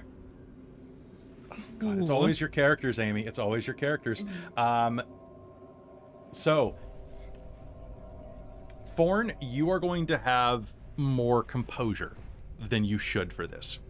But as you get in close, looking at this, you are going to see these things that look like they are butter glazed, and your stomach is going to rumble with hunger. They look and smell like they come fresh out of the oven. And this is my first monster I'm taking out of Flea Mortals. Deianera, you got a nat 20 on your knowledge check? Mm-hmm. You are looking at a dreamer's interpretation of something called a yum grub. The yum grub looks like an oozing apple-sized dumpling with hundreds of tiny legs. Like a dumpling, it contains a delicious secret. If you eat them, their flesh temporarily enhances the speed and strength of whoever consumes them. However, eating them has a cost. When you eat them, they scream for their friends. Oh God. And when the magic wears off, it leaves you weary. So if you're not careful, eating one of them makes you the victim of a dozen of them. Knowing However, that, you don't want one. Well, I'm just going to tell you what you get because you got a nat 20. A small or large creature, or small or larger creature, can use an action to consume a living yum grub within 5 feet of them. The yum grub dies and lets out its death wail ability.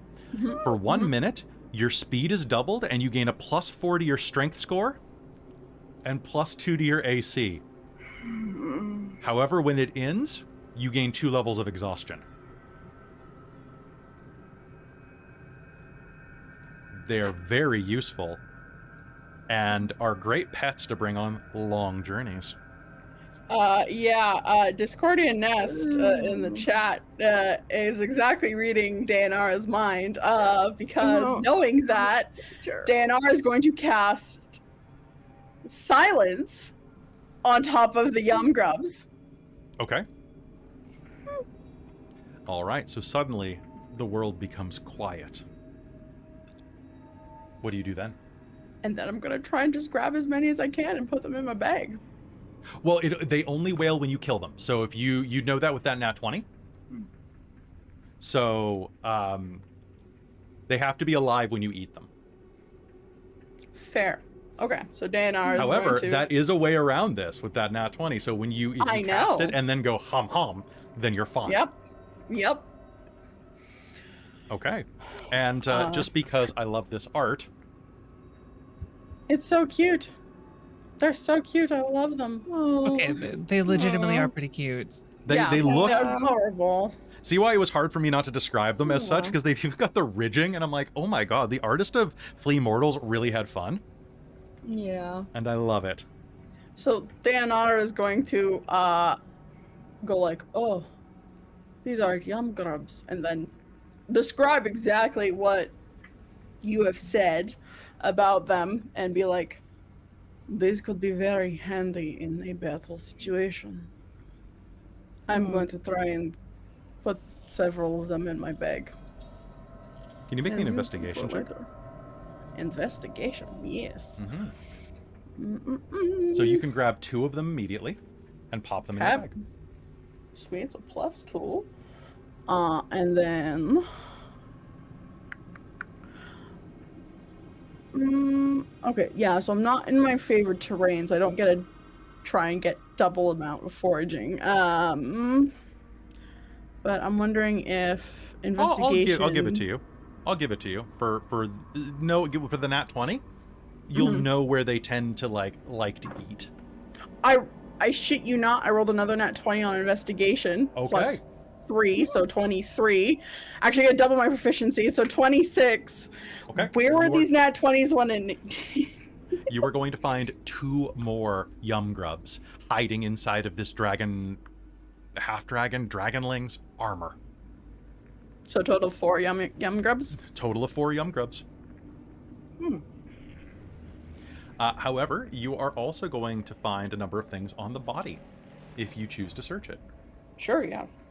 If that's where the yum grubs are, then they are in the process of eating the body right now. You are going to find that clutched in one hand is a bloody key,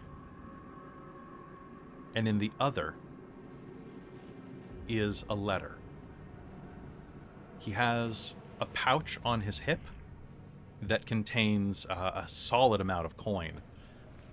It is, you are looking at about 30 platinum coins, 82 gold coins, and a combined another 20 silver and copper coins worth of gold.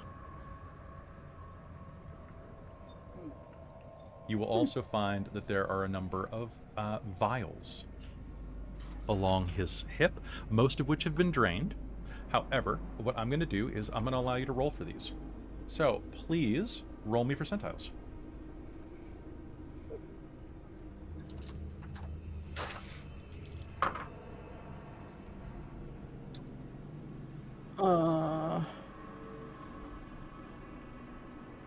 When the 0 is a 0 in the one spot, it's a 0 until it's the 100, right? Yes. Yes. Or the 1. Yeah. So 80. 80? All right. Let me just check and see what you got here. So looking through his corpse, you are going to find... that is going to be a... Boop. That is going to be... you are going to find a potion of resistance. Ooh, nice. Potion of resistance to cold. And then you are also going to find a potion of growth. Nice. You can see that there are several completely drained potions of healing, where the vials were just kept on his hip for later use. Well, that was apparently did him no good. So yes, you're going to find all of that, as well as a very well-made set of armor. It's silver and gold plate. Anyone need armor? Don't really.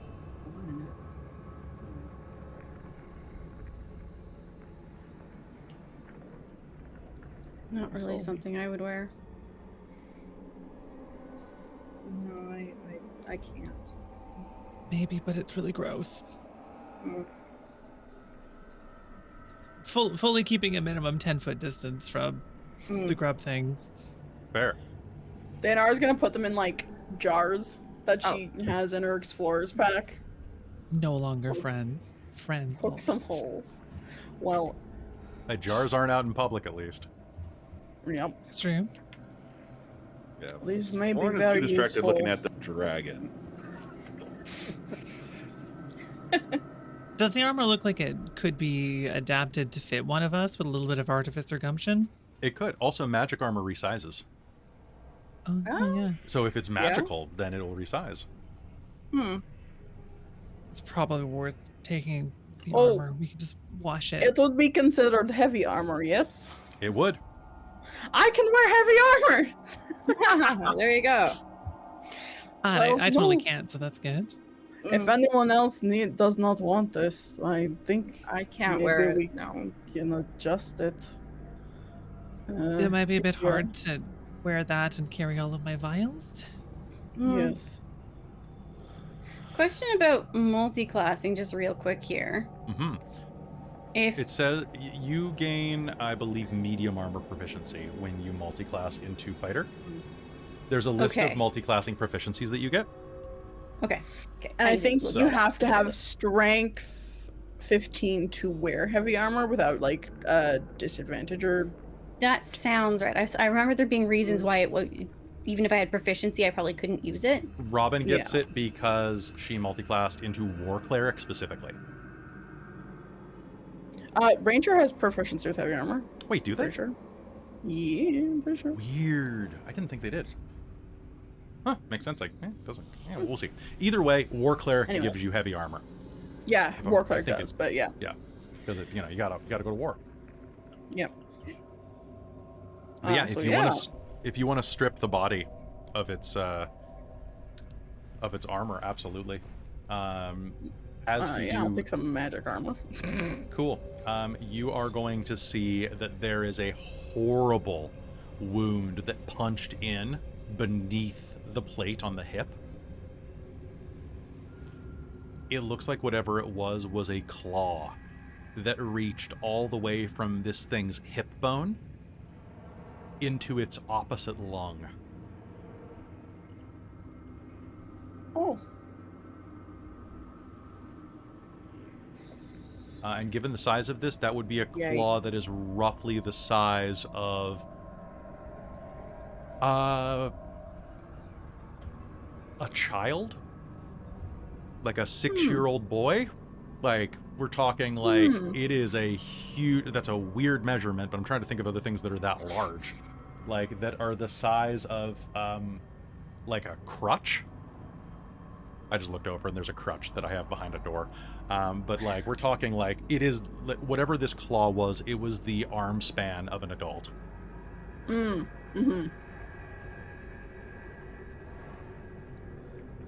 Great. All right. As you are pulling the armor off of him, you are going to be able to get it all off of him if you get his greaves and you get his gauntlets off as well. You're going to have to like pry the key out of his grip as well as the letter. Yeah. Oh yeah, Deianera will. Okay. So the key itself is a long silver skeleton key, and it's warm to the touch as you pick it off of his cold hand.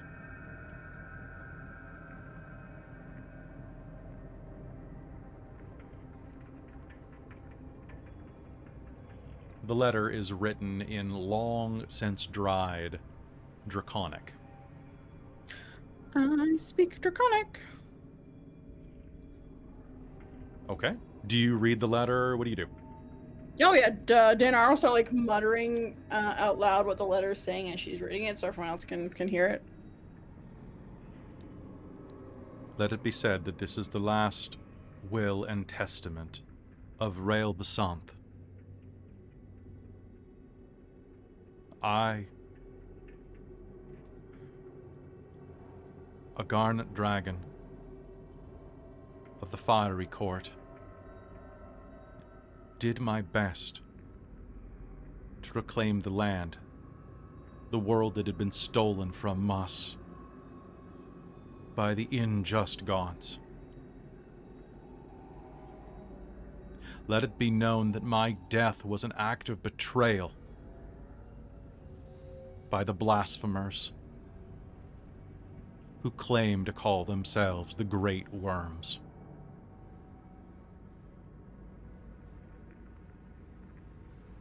May the houses of Zarnak and Hazal rot in the Nine Hells. Traitors all. To them I bequeath suffering.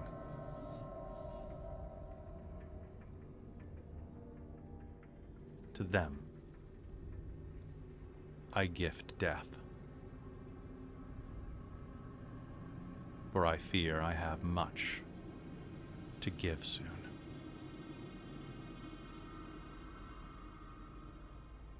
The page is splattered with blood. Interesting.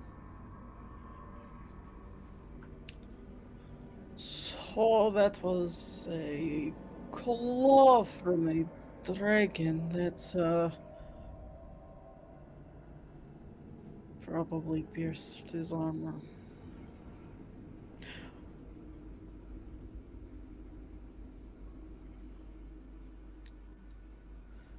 Can't be worse than a Jabberwocky.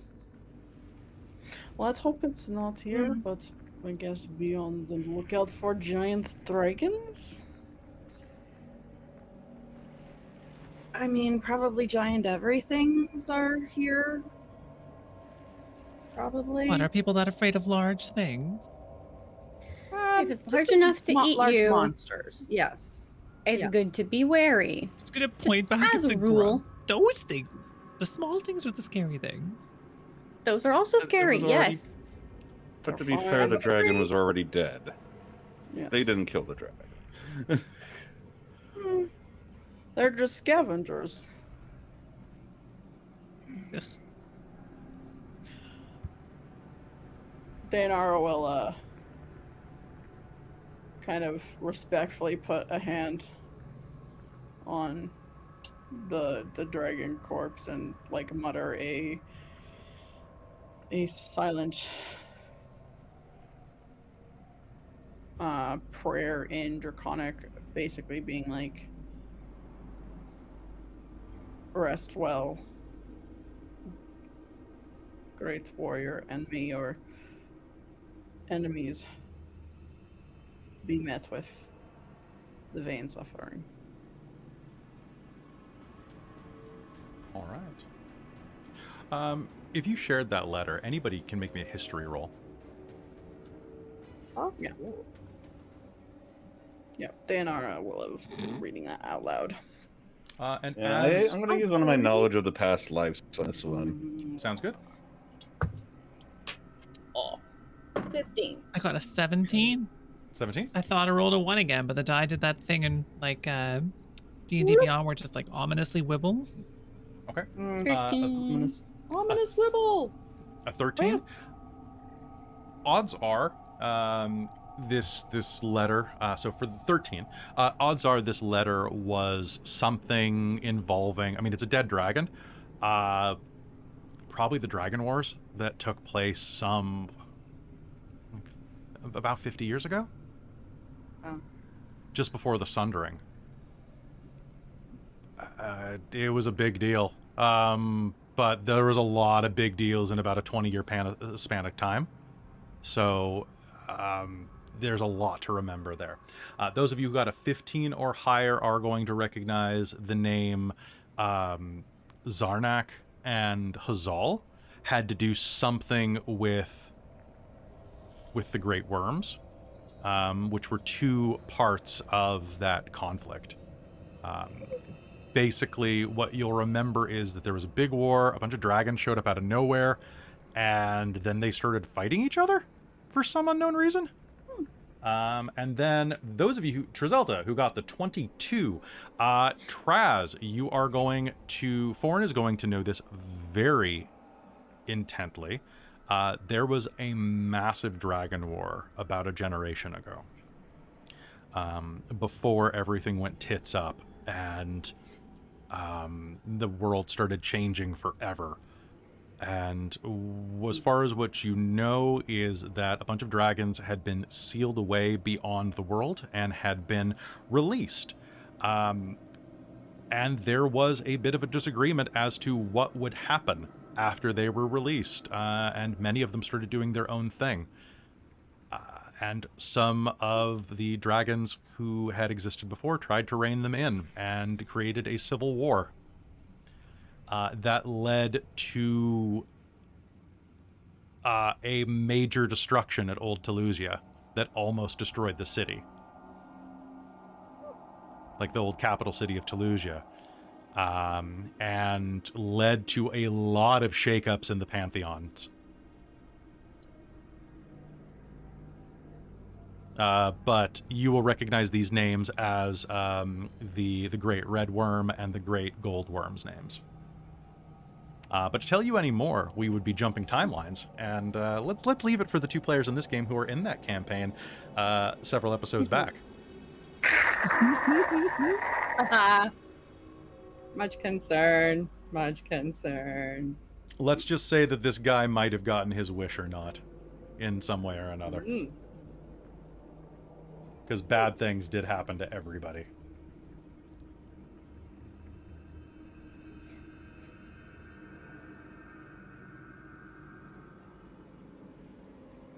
Cool armor. Deianera will try and fit on the armor. Do you guys want to take a couple of minutes to attune to the armor? Yeah, if we can. Short rest it. Absolutely. You can take a short rest. It is plate mail. Nice. It is, you have the following things. What do you do with the key? Does it look like it goes to anything right now? No, it's a skeleton key. Oh. Yeah, I think Deianera is gonna give that to Gwylan, because she's kind of the sneaky person, and be like, this might give you some good use. Sure. Okay. Sorry, can you remind me what can I examine the key and get a sense of Yeah, make me an what Arcana it roll. seems to be? Arcana, okay. Mm-hmm. That's not my specialty, but that's a 16. It tingles and is warm in your hand. I'm gonna use a sleight of hand to make it vanish so no one sees where I put it. Smart. All right. I have an 18 to sleight of hand this thing into a sneaky place. Sounds good. Do you, I have to ask you a quick question. Do you want to try to attune to it? I think so. Okay. So, you both are going to get a couple of things. Looking at this, Robin, you are going to attune to a plate of Knight's Fellowship. Ooh. This gleaming set of silver and gold plate armor never tarnishes. While wearing this armor, you can use a bonus action to summon the spirit of a warrior to your aid. The spirit's corporeal form manifests in an unoccupied space of your choice within 30 feet of you and uses the Knight stat block. The spirit disappears when it drops to 0 hit points or after 1 minute. The spirit is an ally to you and your companions. In combat, it shares your initiative count, but takes its turn immediately after yours. The spirit obeys your command, no action required. If you issue any commands, the spirit takes the dodge action if you don't, and uses its movement to avoid danger. Once you use this, it can't be used again until the next dawn. Beyond that, it counts as plate armor. So it raises your AC to 18. Okay, but it's not like it. That's it. It's not. That's it. Okay, cool. It's armor to phone a friend. Yeah. My AC is 16, so now being 18 is great. But I get the disadvantage on stealth now. So, but. And if you attune to the key, Gwylan, it is a long silver skeleton key with a grinning skull at one side of it. You will attune to the warrior's pass key. While holding the key in its key form, you may use an action to cast the knock spell from the key. While holding the key, you may use a bonus action to transform it into a magic longsword. You are considered proficient with that sword, and have a +1 to attack and damage. On a hit, Fun. it deals 1d10 force damage. The item remains in its sword form until it leaves your grasp, or you use another bonus action to revert it. If you end your attunement to the key while it's in its sword form, it becomes a key again.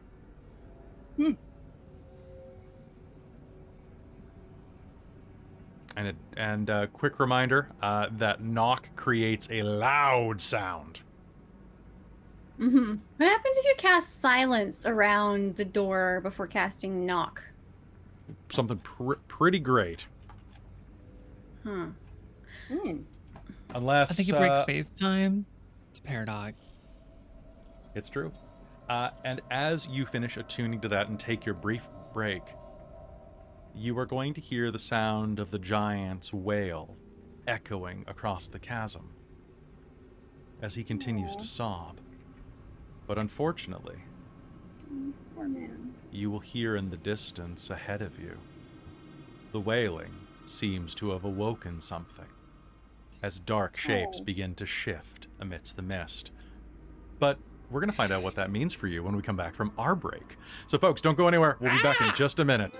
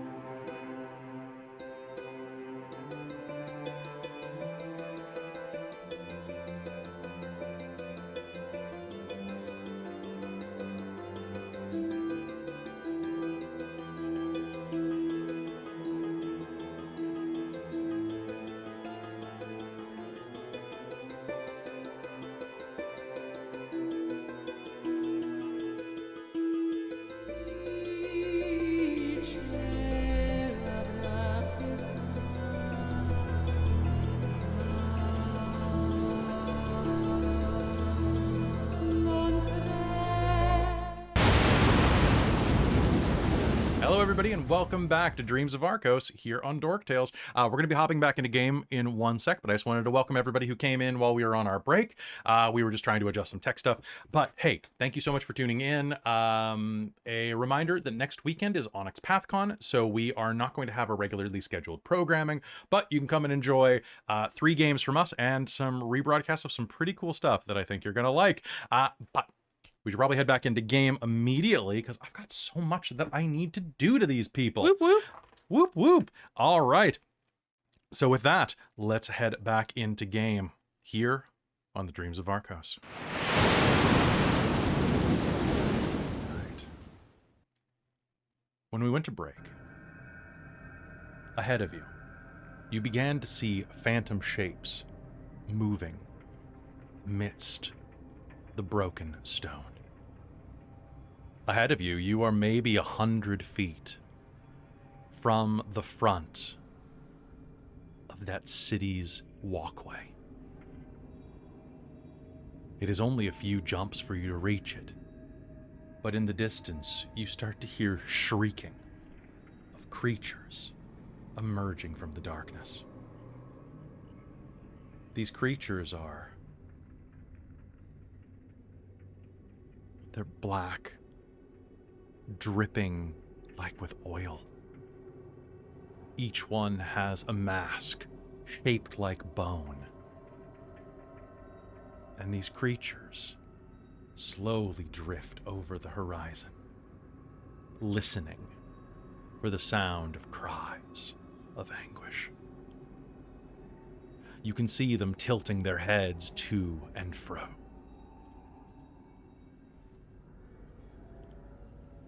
What do you do?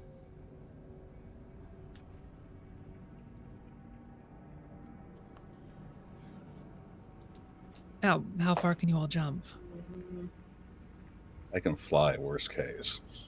But only What? Not with very far. Very far. Simply? I can How long have you been able to... barely fall. Never mind. not that long. Pretty recent. I can only hold it for a short while.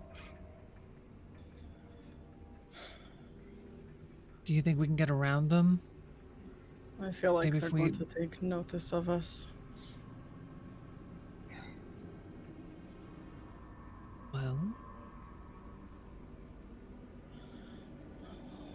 might start going and see if they pay us any attention. Guess so. Yeah. So looking at the map, it feels like there's a bunch that are super far down below us. We probably shouldn't jump to.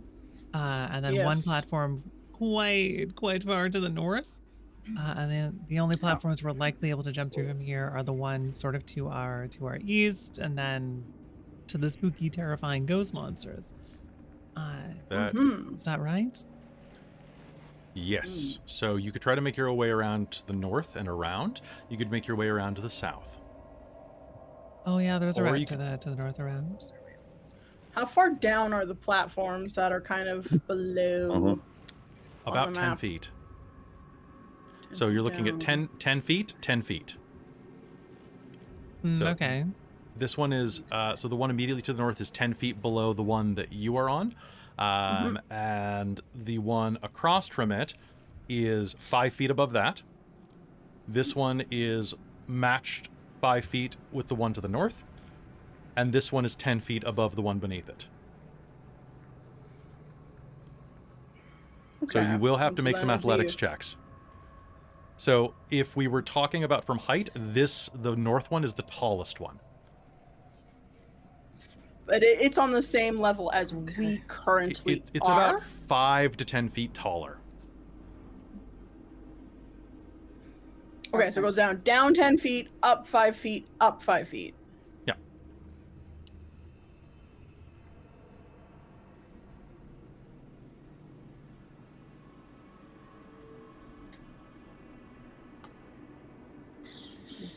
That might be the best way. Could try to make a rope that we can climb across. If you can get a rope, I can fly over to the highest point and hold it, or find something to I'm tie it probably to. not going to be able to stand on the rope or use the rope, but Could everyone else might be. make you a little harness. I don't know. It if could be it'd kind of strong cute. enough. I can jump. I think.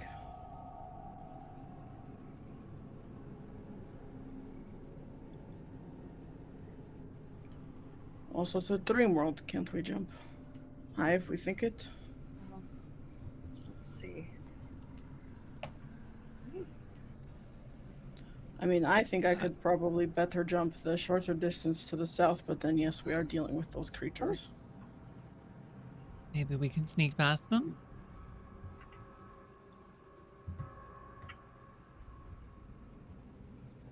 You can always try. I Alright. feel they're a possible death, and missing a jump is a more guaranteed death. Yes. Deianera is going to cast Pass Without Trace on all of us. All right. And that only works if you stay within about sounds 30 good. feet of you, right? Yes. So, Yes. okay. Which way are you headed then? South. All right. Heading to the south, the one... Does that sound good for the rest of you? Yeah. I think so. Yeah. Let's go. Can I get a stealth roll from everyone? So plus 10. And add 10 to your score because of Deianera's spell. Yeah. Okay. With my new playmail at disadvantage, I lost a nat 20. You played yourself. Oh no! Oh no. Oh, also team disadvantage, but I got a 13. 13? Plus 10? Plus Or 10? is that with the plus 10? That was including the plus 10. Okay. Oh no. Oh no. My stealth is plus 0 with disadvantage due Oh. to being a minotaur. Yep. Wearing It's fine, You scandal. can hide behind trees, right? Depends on the tree.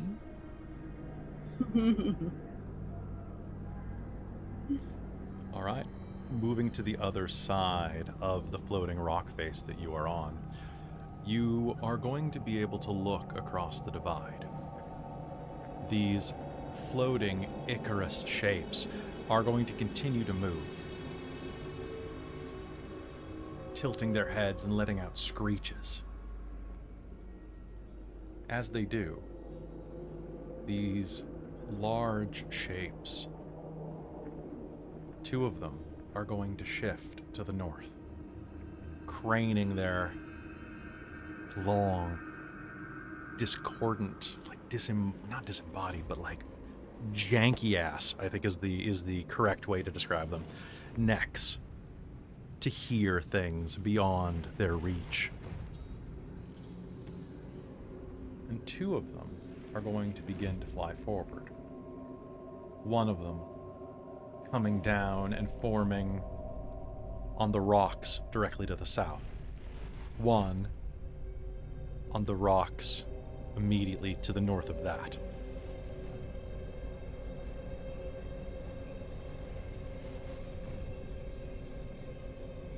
Can I get a survival roll or a perception roll from anybody who's observing them? Are they Fae or beasts, Kelly? They are not. Okay.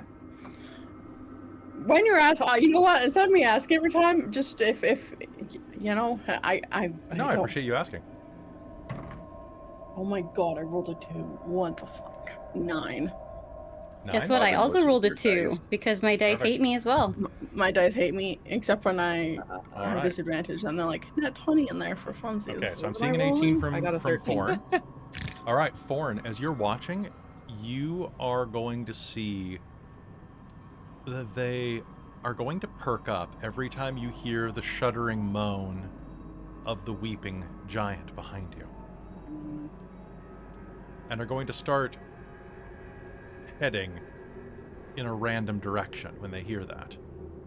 You don't think that if they have vision, it's not particularly good.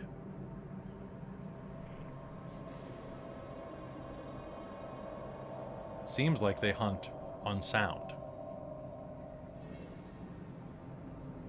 You'll whisper very quietly, they can't see very far. They're relying on the sound.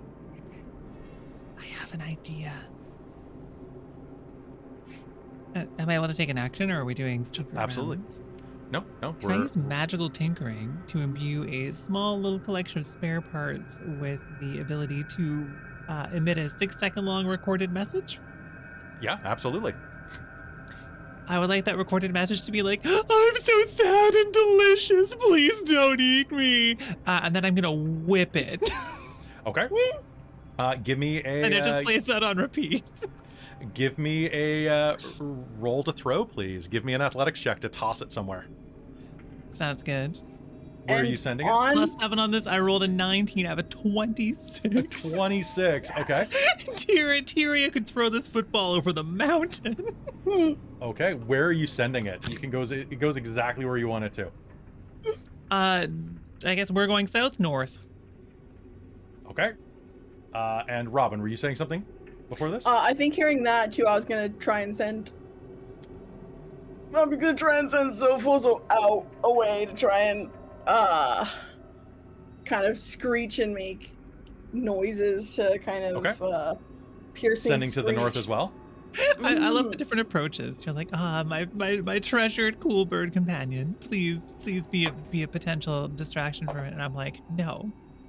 Well, Plus I can also, grass. I will actually have him do the piercing screech, which will deafen these creatures for a turn, one at a time. So, I think that's what. Here's a question for you. Do you want to wait until they're lured over there and then use the deafening screech when they're all bunched up? I mean, I have to do it. It's one creature at a time, but yes, that's kind of what Deianera will do. If the screech doesn't from the recorded message, if one of them doesn't get distracted, I think that's when Deianera will try and get that one with Sophos. So Tyria is going to do that, huck the ball, and you're going to hear it go tink, tink, tink. As soon as it tinks, one of them the one at the far north is going to lurch forward and hiss. And then you're going to hear, oh, please don't eat me. I'm so scared and delicious. Sad and delicious. So sad and delicious.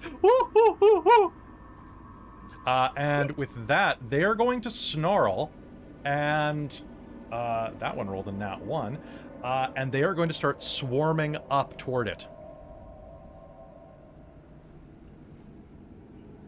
Deianera. All right. I think then Deianera is going to send Sophos up there. Sophos has a flying speed of 80 feet. So. It's Canary. All right, flying speed of 80. No problem at all. And we'll have maybe send it. Actually, Sophos kind of be over in. Fly up to more of the north to try and see if we can grab the one that's kind of still close to us, and try and screech. It says doesn't have any limit. It says like a creature of your choice that you can see. Okay. So yeah, line of sight. So yeah, it's based on if he has any sight limit, then that would be what it is. But yeah, so Sophos is gonna kind of fly up to the north and then target the one that's kind of still closest to us to try and deafen it. All right, go ahead. What's it save? It is a con save, DC 10. It's DC not 10. Great, but at least all right, it I was have a 16. Yeah. Okay. So. But that is going to catch his attention, but it just acted, and I think for this case we're going to move into initiative order just to make life more interesting. All right, top of the initiative order, we are going with. Creature number 1. Creature number 1 is going to lurch forward and is going to take a swipe at this device. Now, this device is just a normal device, so... Oh my god. Oh my god.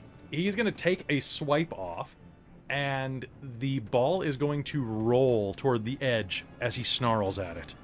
He's going to make another... attack, and that one is going to hit. You're gonna I'm so sad and as the device explodes under its talons. The other one next to it is going to come forward and smash some of its remains as well and snarl. Forn, it's your turn.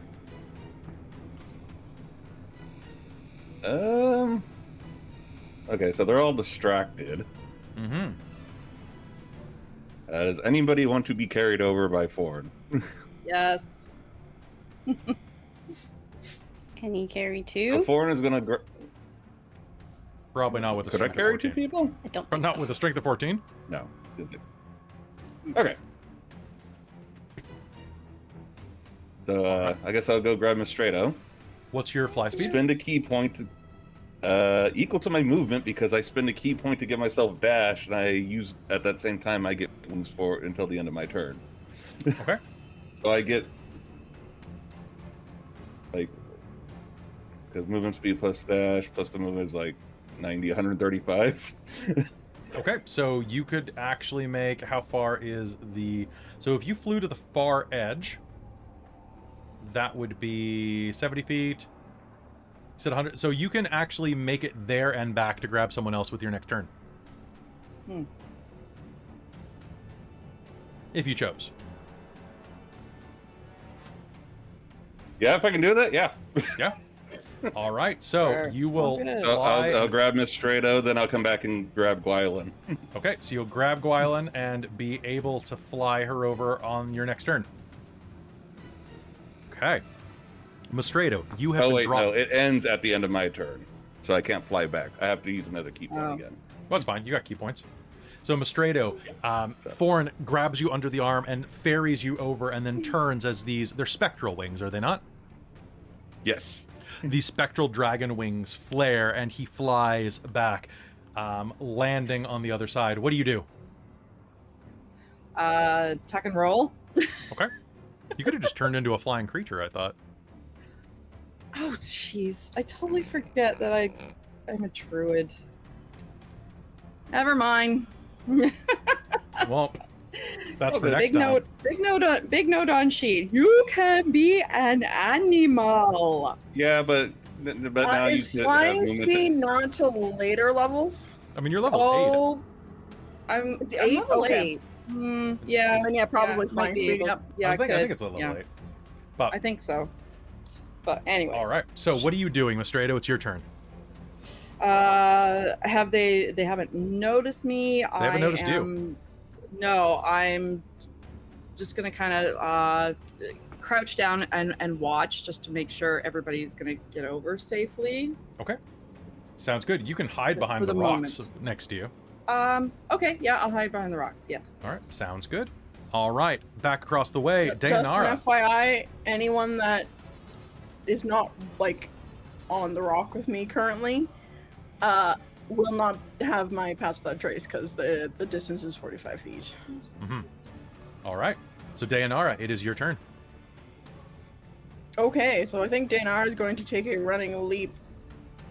Was gonna offer Gwylan a seat on her back, but then Gwylan also was as a bonus previously action. riding Deianera.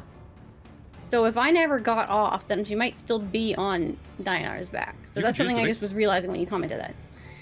You could just go you could just whisper to Forn, take Tyria, or something like that. Yeah. In which case, if that works for Deianera, unless It you had does. a different action you wanted to do. No, I was just gonna jump, dash, and Cool. jump. Then Gwylan's gonna just hold on tight in that case. Hold on, spider Great. monkey. Yeah. So yeah, technically, I mean, you're already riding me, so I don't even have to use my bonus action thingy. So I guess. You can make me an athletics check. So Deianera is gonna try and. You know what? You can do athletics or acrobatics to leap across this. Yeah, because it's a total of 35 feet, then another 35, so that's 70, and then I have another 20 feet of movement to try and get kind of into more of the center of the rock is kind of the plan, because I'm going to dash as my action. Yeah, so it's a 25-foot jump. Here, what's your strength? 16. 16, okay. So, let's see how you do. Actually... No, that would be absolutely terrible. I'm not going to do that. I was going to be like, oh, I could pop the thing, but then that would make a crazy loud sound and totally get rid of the plan. So yeah, Deianera is going to jump. I'm going to spend my inspiration of the game to roll this with advantage. Which I'm glad, because the first one was a 6. Yeah, that would have. So this is either a athletics or acrobatics. That's going to be a 19. I'm going to spend determination. Oh.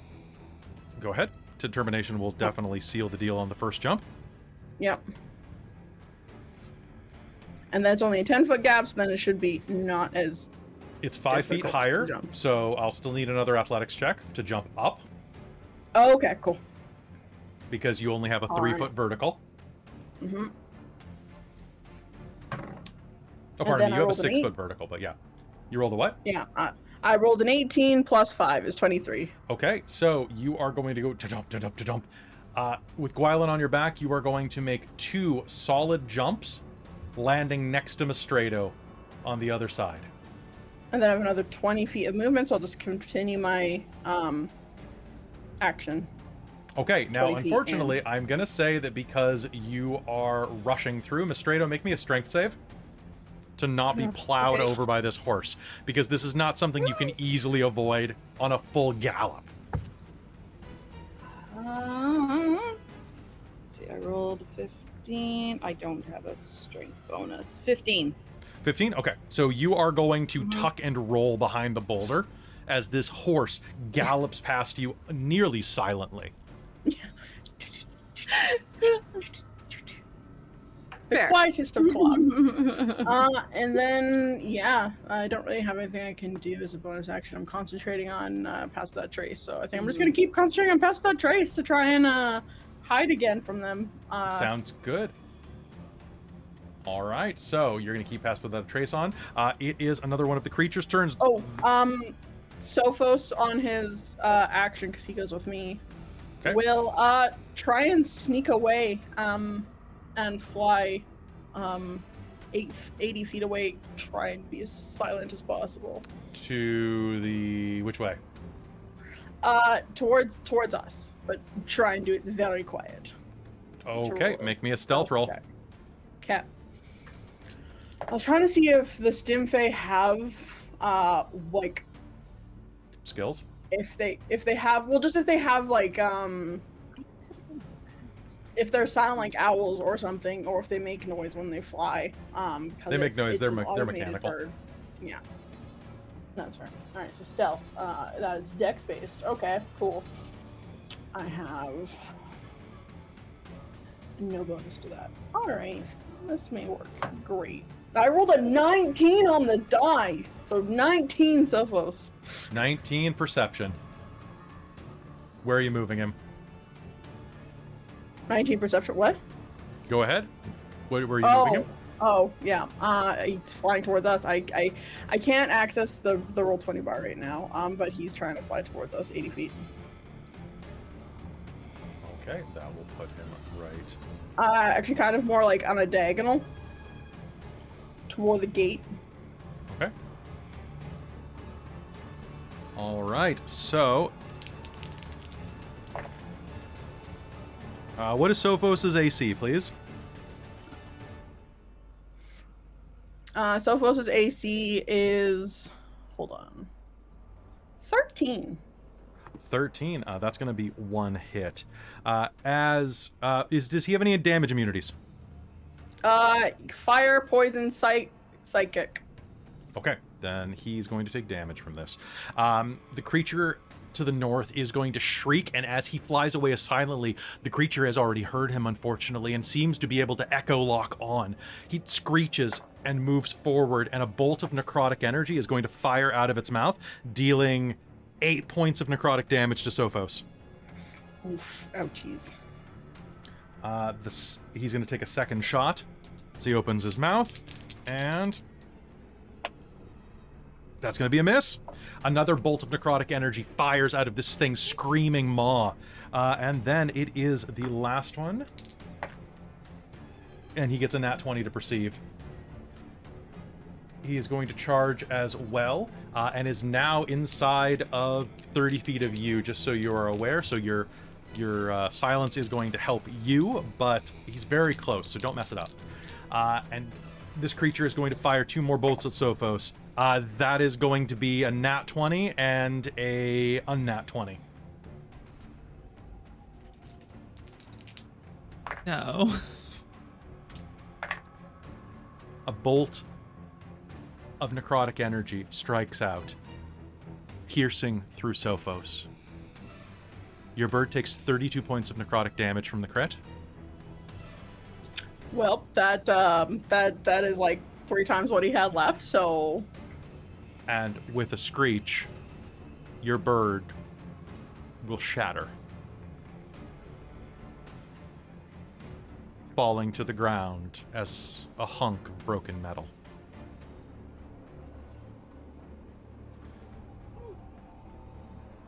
Gwylan, it's your turn. Okay. I'm gonna use one of my feature things for my sorcerer. I can use this once. What is it? The godly ancestor feature of the demigod origin for sorcerer. So this is my, without using a spell slot, I can cast this. Oh, it's like regain after short or long rest. That's cool. Okay, so this was the damaging intel, 120 foot range. I need it to make, I'm targeting the closest one. I need it to make a charisma saving throw. Okay. He's not particularly charisma. Actually, you know what? That's more charisma than I expected. That's an 11. That will not be enough. So what that means, if it fails, I learn all of its damage, vulnerabilities, resistances, and immunities. The next attack that one of my allies in range makes against it before the end of my turn has advantage.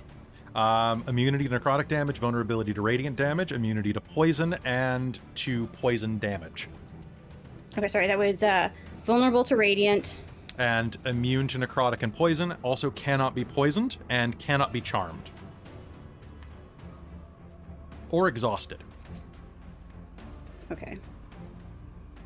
Exhaustion. So the poisoned condition. And then charmed. Okay. Yes. All right. What else are you doing on Is your it turn? sorry, what was the resistant? It was immune to It's immune to poison and it's immune to necrotic. okay, and then vulnerable to Vulnerable to radiant. okay. I will quickly mutter that, so that is an action. Then for a bonus action, just reminding myself what I can do with bonus actions. All I can.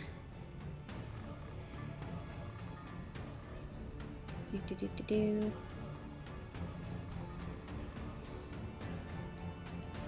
Okay. I think I'm not going to use a bonus action, but I will hop off Deianera's back using, I'm guessing that would be my action. Nope, you can just, it's part of your movement. Oh, sorry, yeah, movement, yeah. That is what I meant. So I believe it takes So- half your movement to dismount, much like getting up from prone. Okay. We're going to do that. And then kind of staying low to the ground, I guess. I'm going to move a couple steps forward just to make sure I can get... Okay. I have line of sight, but I want to be really, really sure that I can see them. Okay. Just get my... Hold up a spear. All right, sounds good. So go ahead and how far are you trying to move forward? I already moved. I just moved like 5 feet. Okay, sounds good. So you're just basically preparing yourself. All right, then Tyria, it's your turn. What do you do? Pick up Mouse again, put him on top of her backpack, back up a couple of feet, and do a running jump to the second platform, and then see if she can make it to the next one as well. Okay. Sounds Athletics. good. Go ahead. Make me an athletics check. 16 on the first one. All right, so grabbing Mouse, you're going to be able to hit down on the ground there. Nice. I'm not sure that I've got enough movement to make it to the next one. If you dash, you probably can. What's your dash speed? I think my movement speed is... Oh, it's 40 feet, right, Minotaur. Yeah, Minotaur. So I got 80 feet of total movement I can do. Yeah, you can actually So do yeah, it. let's go for it. Okay, but you are Second out of range roll. right now. Okay, that is I'm that. happy to roll stealth too, but it's not going to go well. You can't roll stealth while sprinting, unless you have a magic effect on Yeah, it. that's pretty valid. So the other leap is a 24. A 24. All right. So leaving Forn in the dust, you are going to grab Mouse and are going to leap across. And as you leap across onto the first platform, your hooves are going to hit with a tremendous sound. And using their reactions, the creatures are going to snarl and head to the south toward where that sound came from. For sake of full disclosure, also bonus action to tell Canary to come with me. Okay. Sounds good. All right, but you are once again inside of the 30-foot space of Deianera's Pass Without Trace. So that does mean that you are going to be once again inside of this stealth. However, top of the initiative. Basically, the second that she lands is allowed, but when she actually leaves, she's within my 30 feet range. So they actually, hopefully, will not have heard her jump off. So they heard her land on the first platform. Yeah, exactly. And then as she leapt off, she was within my 30 feet range. Yep. So when Basically, she left, yeah. she So was not- they are all aiming toward the spot where she landed. Yeah, Unfortunately, It's hard out there to be a stealth-ator. So it's true. true. It's very hard. all right. And top of the initiative, they're going to do one of them is going to let out a roar that is going to echo. And Forn, can you make me a stealth check, please? Oh boy.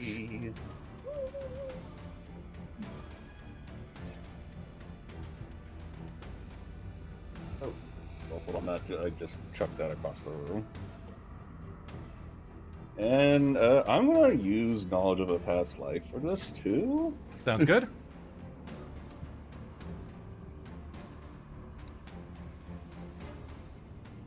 Okay. And, you know, I'm going to be safe and throw Determination on there. Sounds good. It's a 29. A 29, all right. One of them is going to screech, and next to you, the now mostly naked dragon, about 20 feet behind you, is going to explode as a bolt of necrotic energy hits the body. And you are going to hear this squelching sound as one of them snarls and begins advancing on the body.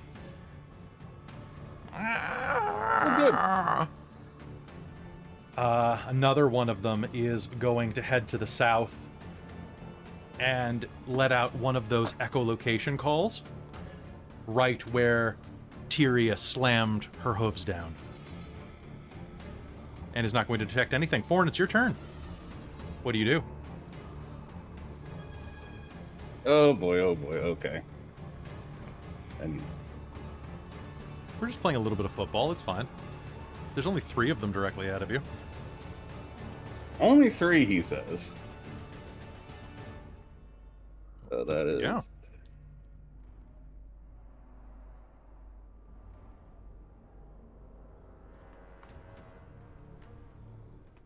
So I'm going to spend another key point to give myself more wings again. Okay. I'm going to dash. But because I'm close to the edge, I'm just going to drop off the ledge.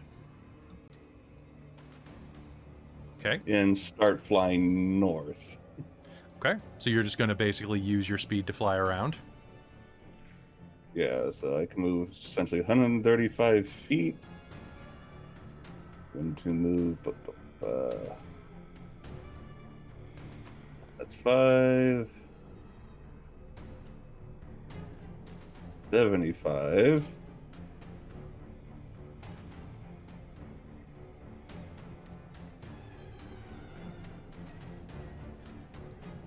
Okay, and you have 130 if you use your dash, so you could actually make it to the north. Exactly what I'm going to do. Landing to north, but land very gently. All right, can I get everybody to do me a favor now that you are this close to the finish line? These creatures are distracted. Can I get a stealth roll from all of you proceeding forward?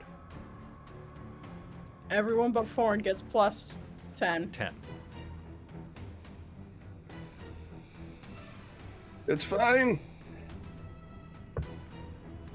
Continuing to have disadvantage, I have a 13. Okay. Oh, I took my glasses off. 28. 30. 30. 24. 24. Okay. And I'm going to use my last knowledge of the past life because I don't want to get jumped. Okay.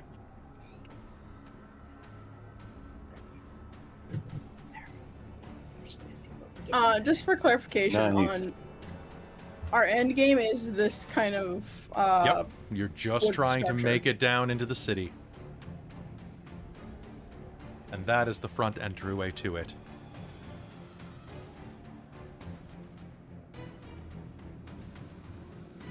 All right. So, how'd you do, Forn? 25.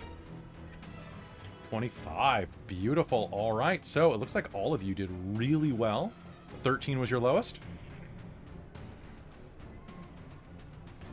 Yep. All right. Inside of Deianera's cloud, you are all going to slowly be able to creep forward. The creatures tear the ground up behind you, snarling, exploding bits and pieces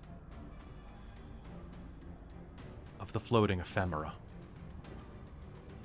Ahead of you, you see that there It's a large gate at the base of the bridge that takes you into the city proper.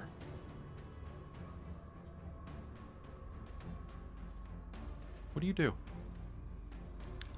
First off, Deianera is going to go collect the pieces of her companion.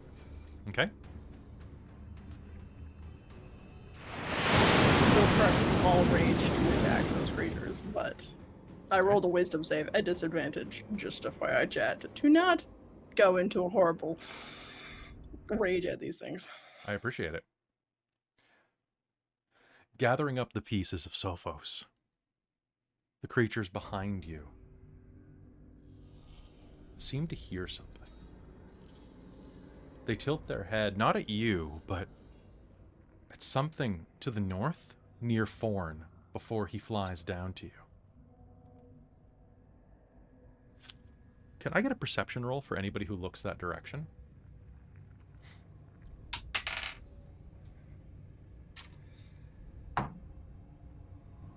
Continuing my great tradition of rolling 2s, apparently. Yeah, I've moved up from 3 to 5, so like under my passive perception, my passive perception is usually a 17, but Deianera is Oh my god. a 12. 19. 19? Yeah. As you look up to the north, you are going to see, amidst the darkness, a figure lazing against one of the rocks. He is impossibly tall, and impossibly... beautiful would be the wrong way to describe it, so would handsome. Strangely, the best way I could describe it is alluring, or erotic. He is everything that you find attractive about the male form. His skin is this burnished purple.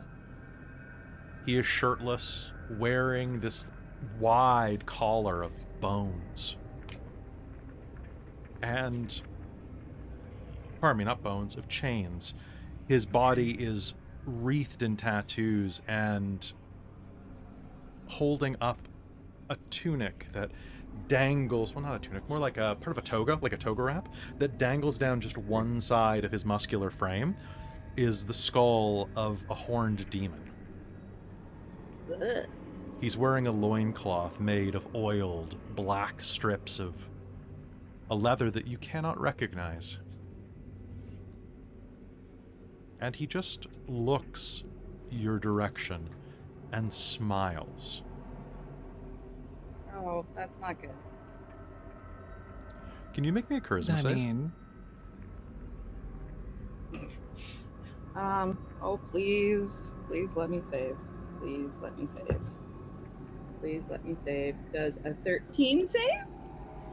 Sure, we'll go with that. You are charmed by him. Oh. Yeah, okay.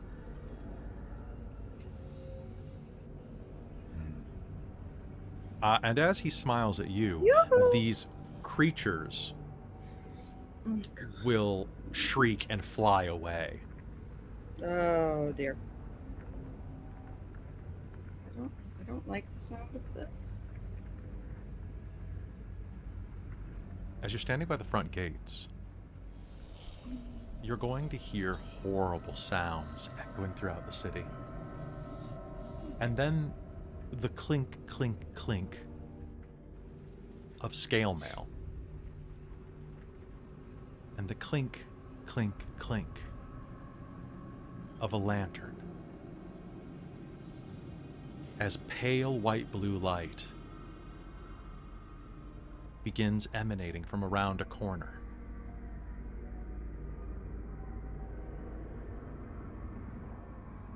What do you do?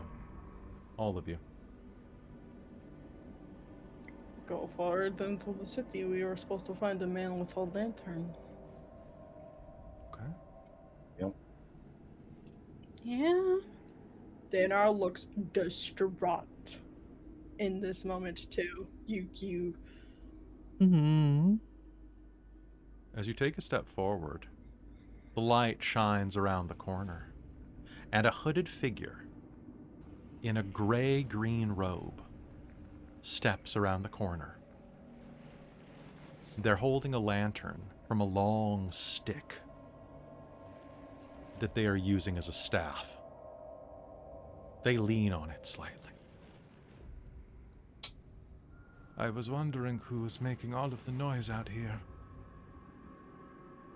A thin, old woman's voice says.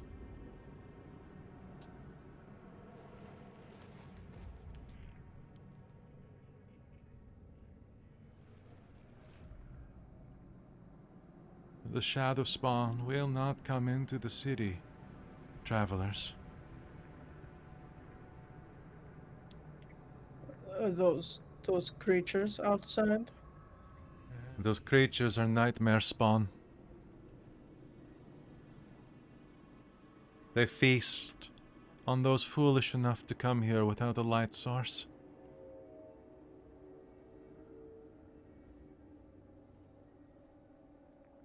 So if we have light, they won't approach? They won't. Other things will. Noted. Do you have coin?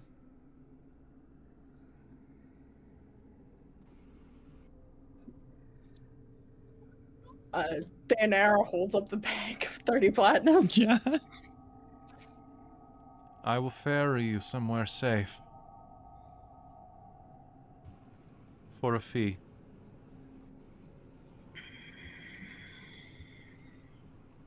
It is my What is your duty. name?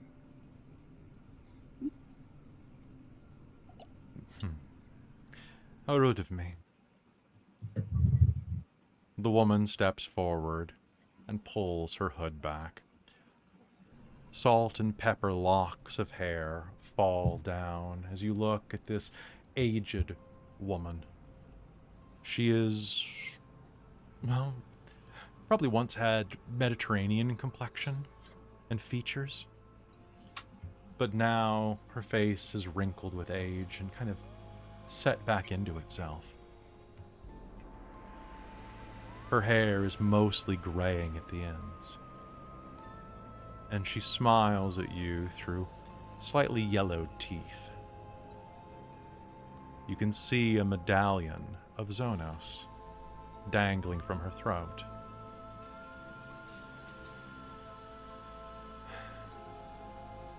My name is Somni. Welcome to Nod. Welcome to the city of Nod. And I think that's where we're going to call game for today. Ah! Oh, wow. Ouch. You're screaming when you just shot backwards. Yeah, I was like, ah! That's a throwback.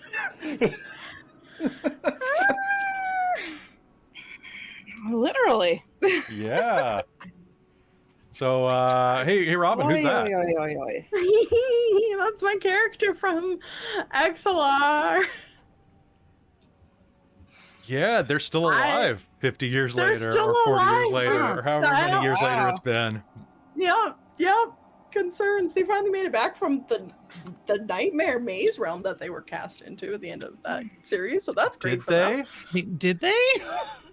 Because as you look Oh behind, no. Where do you think we are? yeah, 100%. Oh, fuck. Oh, we're in danger. Oh boy. it's the best. Hey, folks, In danger. you're in danger. Thanks for tuning in today. We're gonna call game there for the day, but we'll be back in 2 weeks with more time in the land of Nod, because I had to name it that. It's too good. I just nodded off. I'm sorry. How dare you? Hey, a major thank you to everybody who keeps the lights on here. Dork Tales is ran by our Patreon. They are phenomenal people. A big thank you to our divine producer, my mom. Hi, Mom. To our demonic producers, Precarious, Mysterium MK, and Sorcerer Sanguine. Our wizards of the Patreon, Tammy the Forever Cleric, the Ink Goblin, and Karasha Urquhart. Our monster maker, Soul Omen, who invented those whales that you guys didn't interact with. But they exist. They're in this world too. They might show up somewhere else, but they're here for now. Our High Council of the Patreon, Taryn, Dustin, Amberthist, Raven with Baubles, Chef Eladeth, Larouk, Mike Baxter, Iridian, Brian Kaler, and Nerdy Metal Gent. And of course, all of you watching. If you want to get a bunch of advanced content like tonight's episode of Technocracy Zero Sum, head over to Patreon right now, because that game starts in just 2.5 hours. And you'll get a ton of additional content. I also have to peg some of you down for more podcast recording. So we will figure that out very soon. And I hope you will join us. We got a lot of great content coming to you very soon. And join us tomorrow for Phandelver and Below, the Shattered Obelisk at 7. And with that, we'll see you next time here on the Dreams of Arkos. Good night, everyone.